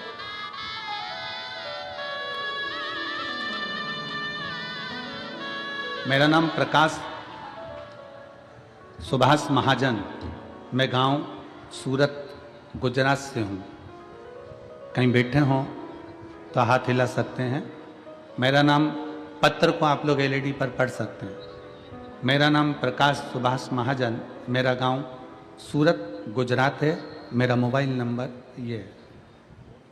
पत्र को आप लोग एलईडी के माध्यम से देख सकते हैं। कहीं बैठे हों तो एक बेलपत्र लेने के लिए व्यासपीठ के पास में आ सकते हैं। मेरे लड़के का नाम नयन प्रकाश महाजन है। मेरा लड़का 8 साल का है। उसे 14/7/2023 को डेंगू हुआ था। डेंगू के कारण उसके पेट में इन्फेक्शन हो गया था। पत्र को एलईडी पर पढ़िएगा। तो वो इन्फेक्शन उसके लेटरिन की जगह पर फोड़ा बन गया। फोड़ा बनकर लेटरिन करने की खराब जगह हो गई। डॉक्टर ने कहा अब उसे इस जगह पर इन्फेक्शन हो गया है तो चमड़ी सड़ गई है, ऑपरेशन करके निकालना पड़ेगा। ऑपरेशन करने से पहले उसका बाईपास लेटरिन का किया गया। उसके पेट को एक हॉल गिरा के स्टोम बनाकर पड़ेगा। उस जगह पे एक थैली लगाई जाएगी, क्योंकि अब लेटरिन वाले स्थान से वो लेटरिन नहीं कर पाएगा, तो साइड पेट में से थैली डाली गई, लगाकर रखा पड़ा। सिर्फ 8 साल का लड़का वो थैली को लेके स्कूल कैसे जाता? डॉक्टर ने कहा इसकी ये थैली अब कभी निकल नहीं सकती, क्योंकि स्थान नीचे से बहुत सड़ चुका है और वहाँ पूरा स्थान बेकार हो गया है। ऑपरेशन करने के 5 दिन बाद हमने उसको लेटरिन करने की जगह से रिपोर्ट निकलवाई, तो डॉक्टर ने कहा उसको लेटरिन करने की जगह पे मांस नहीं बना है, अब ये थैली उसके साथ में रहेगी। अहमदाबाद की रिपोर्टें निकाली गई, वहाँ पे भी हमें निराशा ही मिली। वहाँ के डॉक्टरों ने भी कह दिया अब लेटरिन की थैली की जिंदगी भर लगाना पड़ेगी। अब ये थैली जिंदगी भर लगाना पड़ेगी। तो मैं घर आके रोने लगा, तो मेरे माँ ने कहा बेटा रो मत, सब ठीक होगा। सियोर वाला गुरुजी कहता है 1 लोटा जल सारी समस्या का हल। तो गुरुदेव, मेरी माँ ने कहा तुम लड़के को लेकर अपन सीहोर चलते हैं। कुबरेश्वर बाबा के धर्मधाम पर आए, बाबा को 1 लोटा जल चढ़ाना प्रारंभ करा। हम सीहोर में 3 दिन तक रुके। वहीं पर चढ़ा हुआ जल हम बाबा का ले लेते और लड़के के जो लेटरिन वाला स्थान था, बहुत तकलीफ की जगह थी, पूरा मांस वहाँ नहीं था, हमने वहाँ लगाना उसको दिया। फिर हम सीहोर के वापस आए और रिपोर्ट निकलवाने डॉक्टर के पास गए। तो डॉक्टर हंसते हुए कहता है अरे भाई क्यों बार बार रिपोर्ट निकलवाते हो, पैसे बर्बाद कर रहे हो, रिपोर्ट में वही आएगा जो हर बार आता है। तो मेरे बेटे ने कहा कि अरे अंकल आप बस एक बार रिपोर्ट निकाल दो ना, बाकी मेरा कुबरेश्वर बाबा संभाल लेगा। फिर डॉक्टर ने रिपोर्ट निकाला और रिपोर्ट निकालने के बाद डॉक्टर ने कहा कि अब शाम को आना रिपोर्ट लेने। फिर हम शाम को रिपोर्ट लेने गए।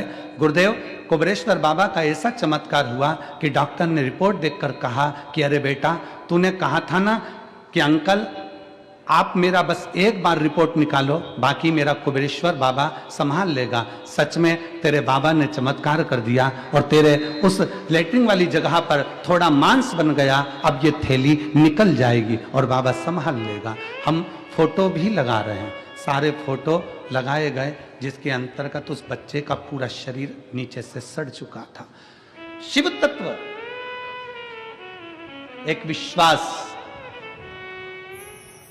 एक भरोसा, एक दृढ़ता। हम किसके आश्रित हैं?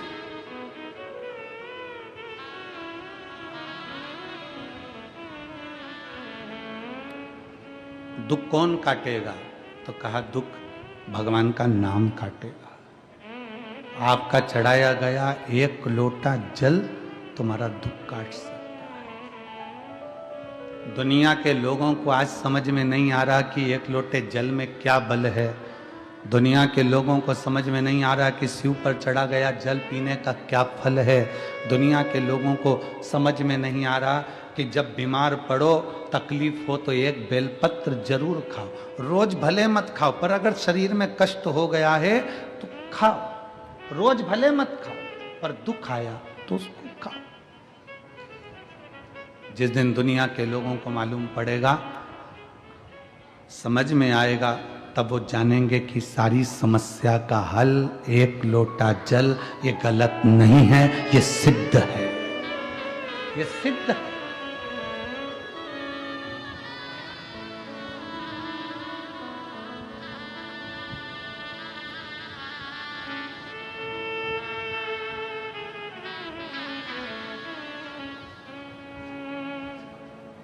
बस उसको पाना है, उसका स्मरण। बड़ी दूर किनारा कश्ती भी पुरानी है, भोले बाबा सुन भी लो, ये कहानी है। बड़ी दूर किनारा है, कश्ती भी पुरानी है, भोले बाबा सुन भी लो, ये मेरी कहानी।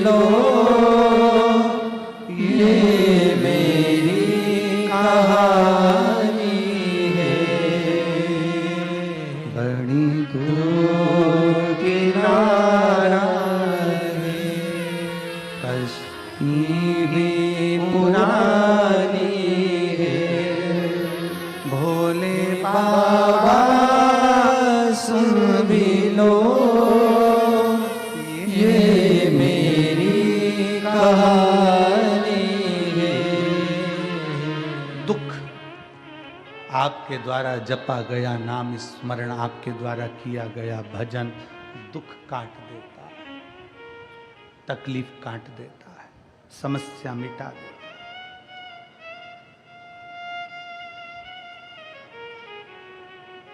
है। ए मेरी सिरपुर की जीजियों, मेरे सिरपुर के जीजाओं, मेरी माताओं, मेरी बेटियों, बेटाओं, मेरी जीजियों, जब जिंदगी में दुख आए किसी के सामने जाकर मत रो। जाना है घर में से लोटा भर कर पानी भरो। श्री शिवाय नमस्तुभ्यं, श्री शिवाय नमस्तुभ्यं। एक लोटा पानी घर में से भरो उस जल को लेकर महादेव के मंदिर में जाओ, जपते जपते अपने दिल की बात बाबा के जल चढ़ाते चढ़ाते कह दो। बहुत ज़्यादा अगर दुख है तो उत्तर की ओर मुख, मतलब जहाँ से जल निकलता है, जलाधारी का जो जल होता है निकलने का स्थान ये उत्तर में होता है। आप दक्षिण में बैठकर या खड़े होकर उत्तर की ओर मुख कर कर एक लोटा जल बाबा को चढ़ाना प्रारंभ करो और अपने दिल की बात बाबा से कहना प्रारंभ करो। और अगर तकलीफ ज़्यादा है, बहुत ज़्यादा समस्याओं में घिरे हो, तो उत्तर की ओर खड़े होकर तो जल चढ़ाओ और उत्तर की ओर से जल चढ़ाने के बाद फिर वापस सामने आ जाओ और जहाँ से जल बहता है उस स्थान पर अपनी 3 उंगली रखकर और हथेली को, जहाँ से पानी नीचे बहकर जाता है उस हथेली को वहाँ रखकर एक बार अपने दिल की बात बाबा से जरूर कहो और वो हथेली को फिर अपने हृदय से लगाकर श्री शिवाय नमस्तुभ्यं, श्री शिवाय नमस्तुभ्यं, अपने हृदय से बाबा को हथेली का स्मरण कराकर लगाकर बोलकर फिर उस हथेली को अपने हृदय से लगाइए। विश्वास करता है मेरा बाबा 3 महीने भी नहीं लगने देगा और जल्दी से वो कार्य सफल कर, 3 महीने भी नहीं लगने देगा। अब इसमें क्या लगा आपका? केवल 1 लोटा, क्या लगा? 1 लोटा।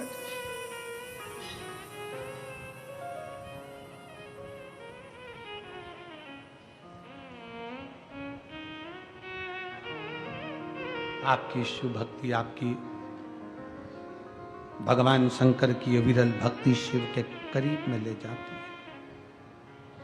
जले दुनिया के लोग, जलने वाले, अपशब्द कहने वाले कहते रहें,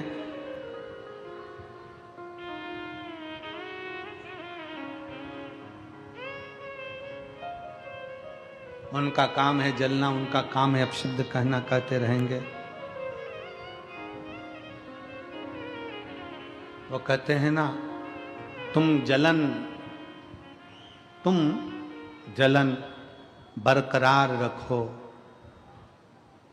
जलवा मेरा महादेव बरकरार रखेगा। तुम जलन बरकरार रखो, जलवा मेरा महादेव बरकरार रखेगा। दुनिया जलती रहे, जले, तुम मेरे बाबा को 1 लोटा जल पूरी श्रद्धा के साथ, पूर्ण विश्वास के साथ, पूर्ण भरोसे के साथ, पूर्ण भरोसे।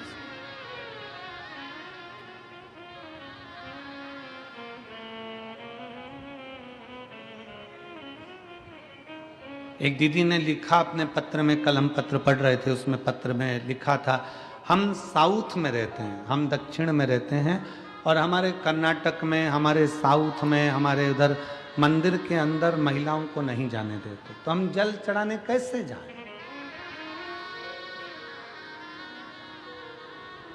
साउथ में हमें मंदिर के अंदर जल चढ़ाने नहीं जाने देते, तो हम कैसे जाएं? तो मेरा उन दीदियों से निवेदन है, मंदिर में जल चढ़ाने का मना करते हैं, बेलपत्री के पेड़ के नीचे तो जल चढ़ाने का मना नहीं करते, उसके नीचे चढ़ाएं। और अगर बेलपत्र के पेड़ के नीचे जल चढ़ाने का मना करें तो अपने घर के बगीचे में मिट्टी को थोड़ा सा ऊंचा करिए, शिवलिंग जैसा निर्माण करिए, जल चढ़ा दीजिए, फिर अलग से 1 लोटा जल और चढ़ा दीजिए, तो वहीं विसर्जन भी हो जाएगा और जल भी चढ़ जाएगा। दिल मन चंगा तो कठोते में गंगा। मन अगर चंगा है, मन प्रसन्न है, तो सब कुछ हो सकता है, सब कुछ।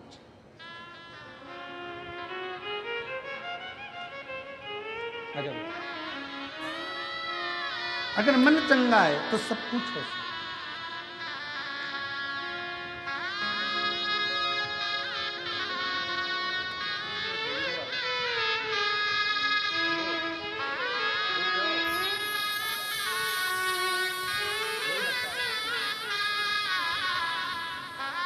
यही बालक है जिसके पेट में से थैली निकाल दी गई थी और डॉक्टर ने कहा था जिंदगी भर नहीं निकलेगी, और सीहोर में 3 दिन रुकी रही और बाबा का चढ़ा जल लगाती रही, बाबा के आश्रित हो गई, बाबा को चढ़ा।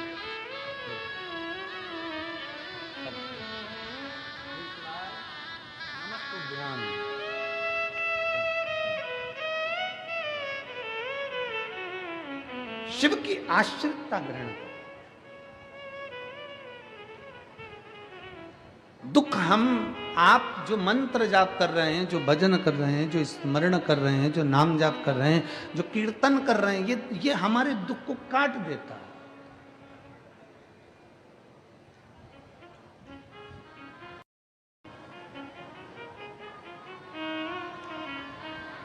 और जब हम भगवान के मंत्र का स्मरण करें तो दुख क्यों ना कटे।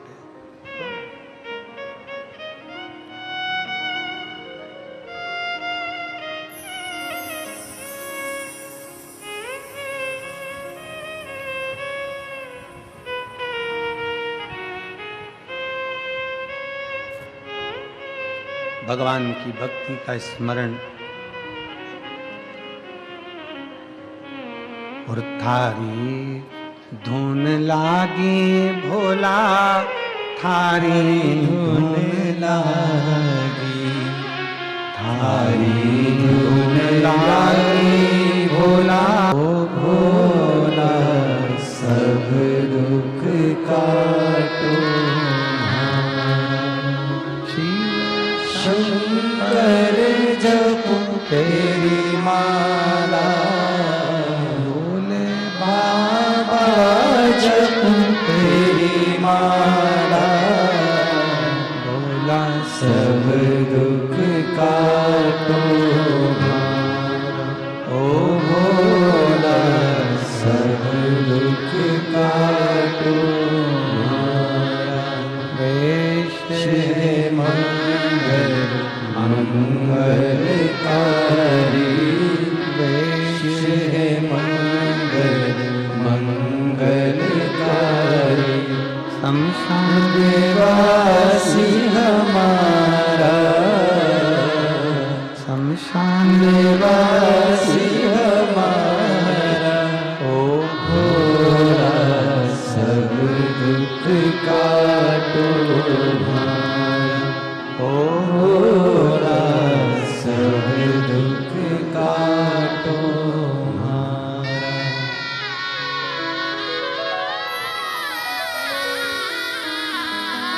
भगवान देवदेव महादेव से, भगवान शंकर से बड़े भाव से अपने मन का भाव शिव से कहिए। शिव उदार हैं, करुणा सागर हैं, दया सागर हैं। दुख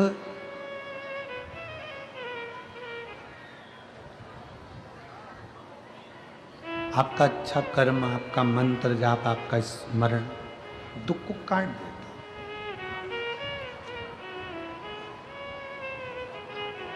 कभी कभी हमारी कुछ गलतियां ऐसी होती हैं जिसके कारण हमको दुख भोगना भी पड़ता है।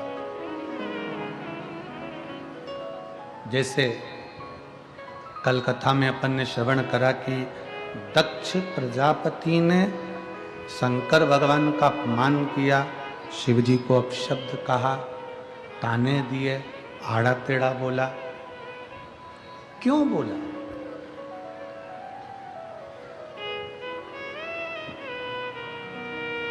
कभी आपने विचार किया? कभी आपने कभी मन में एक विचार लेकर आओ।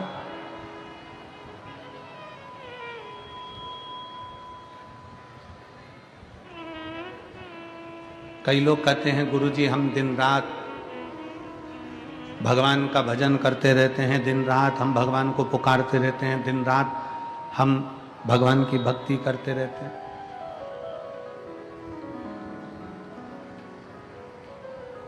हम माने तुम भगवान कृष्ण को पुकार रहे हो, तुम राम जी को पुकार रहे हो, तुम जानकी जी को पुकार रहे हो, तुम राधा रानी को पुकार रहे हो, तुम शंकर जी को पुकार रहे हो, तुम पार्वती जी को पुकार रहे हो, तुम हनुमान जी को पुकार रहे हो, तुम भगवान श्री दत्त को पुकार रहे हो, तुम्हारी मर्जी पड़े तुम उसको पुकार रहे हो।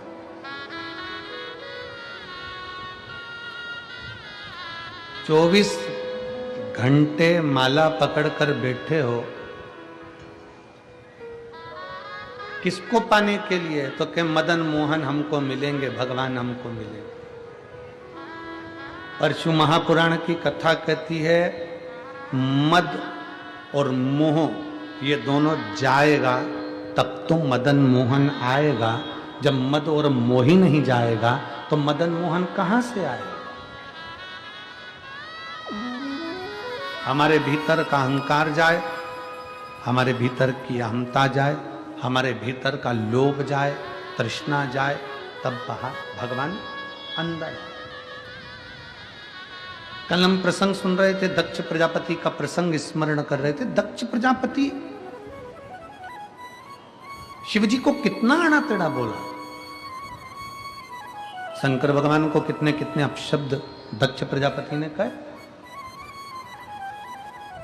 और आखिरी में दक्ष प्रजापति ने कह दिया शंकर तुम शमशान में निवास करो। कितना कितना अपशब्द कहा गया, कितना कितना ताना दिया गया, कितनी कितनी अपशब्द बोले गए, और आखिरी में कह दिया गया कि शंकर तुम शमशान का निवास करो। अब जितने लोग बैठे हैं, जितने शिव भक्त बैठे हैं, जरा विचार करिएगा। दक्ष प्रजापति ने अपनी कन्या सती का विवाह शिव जी के साथ करा।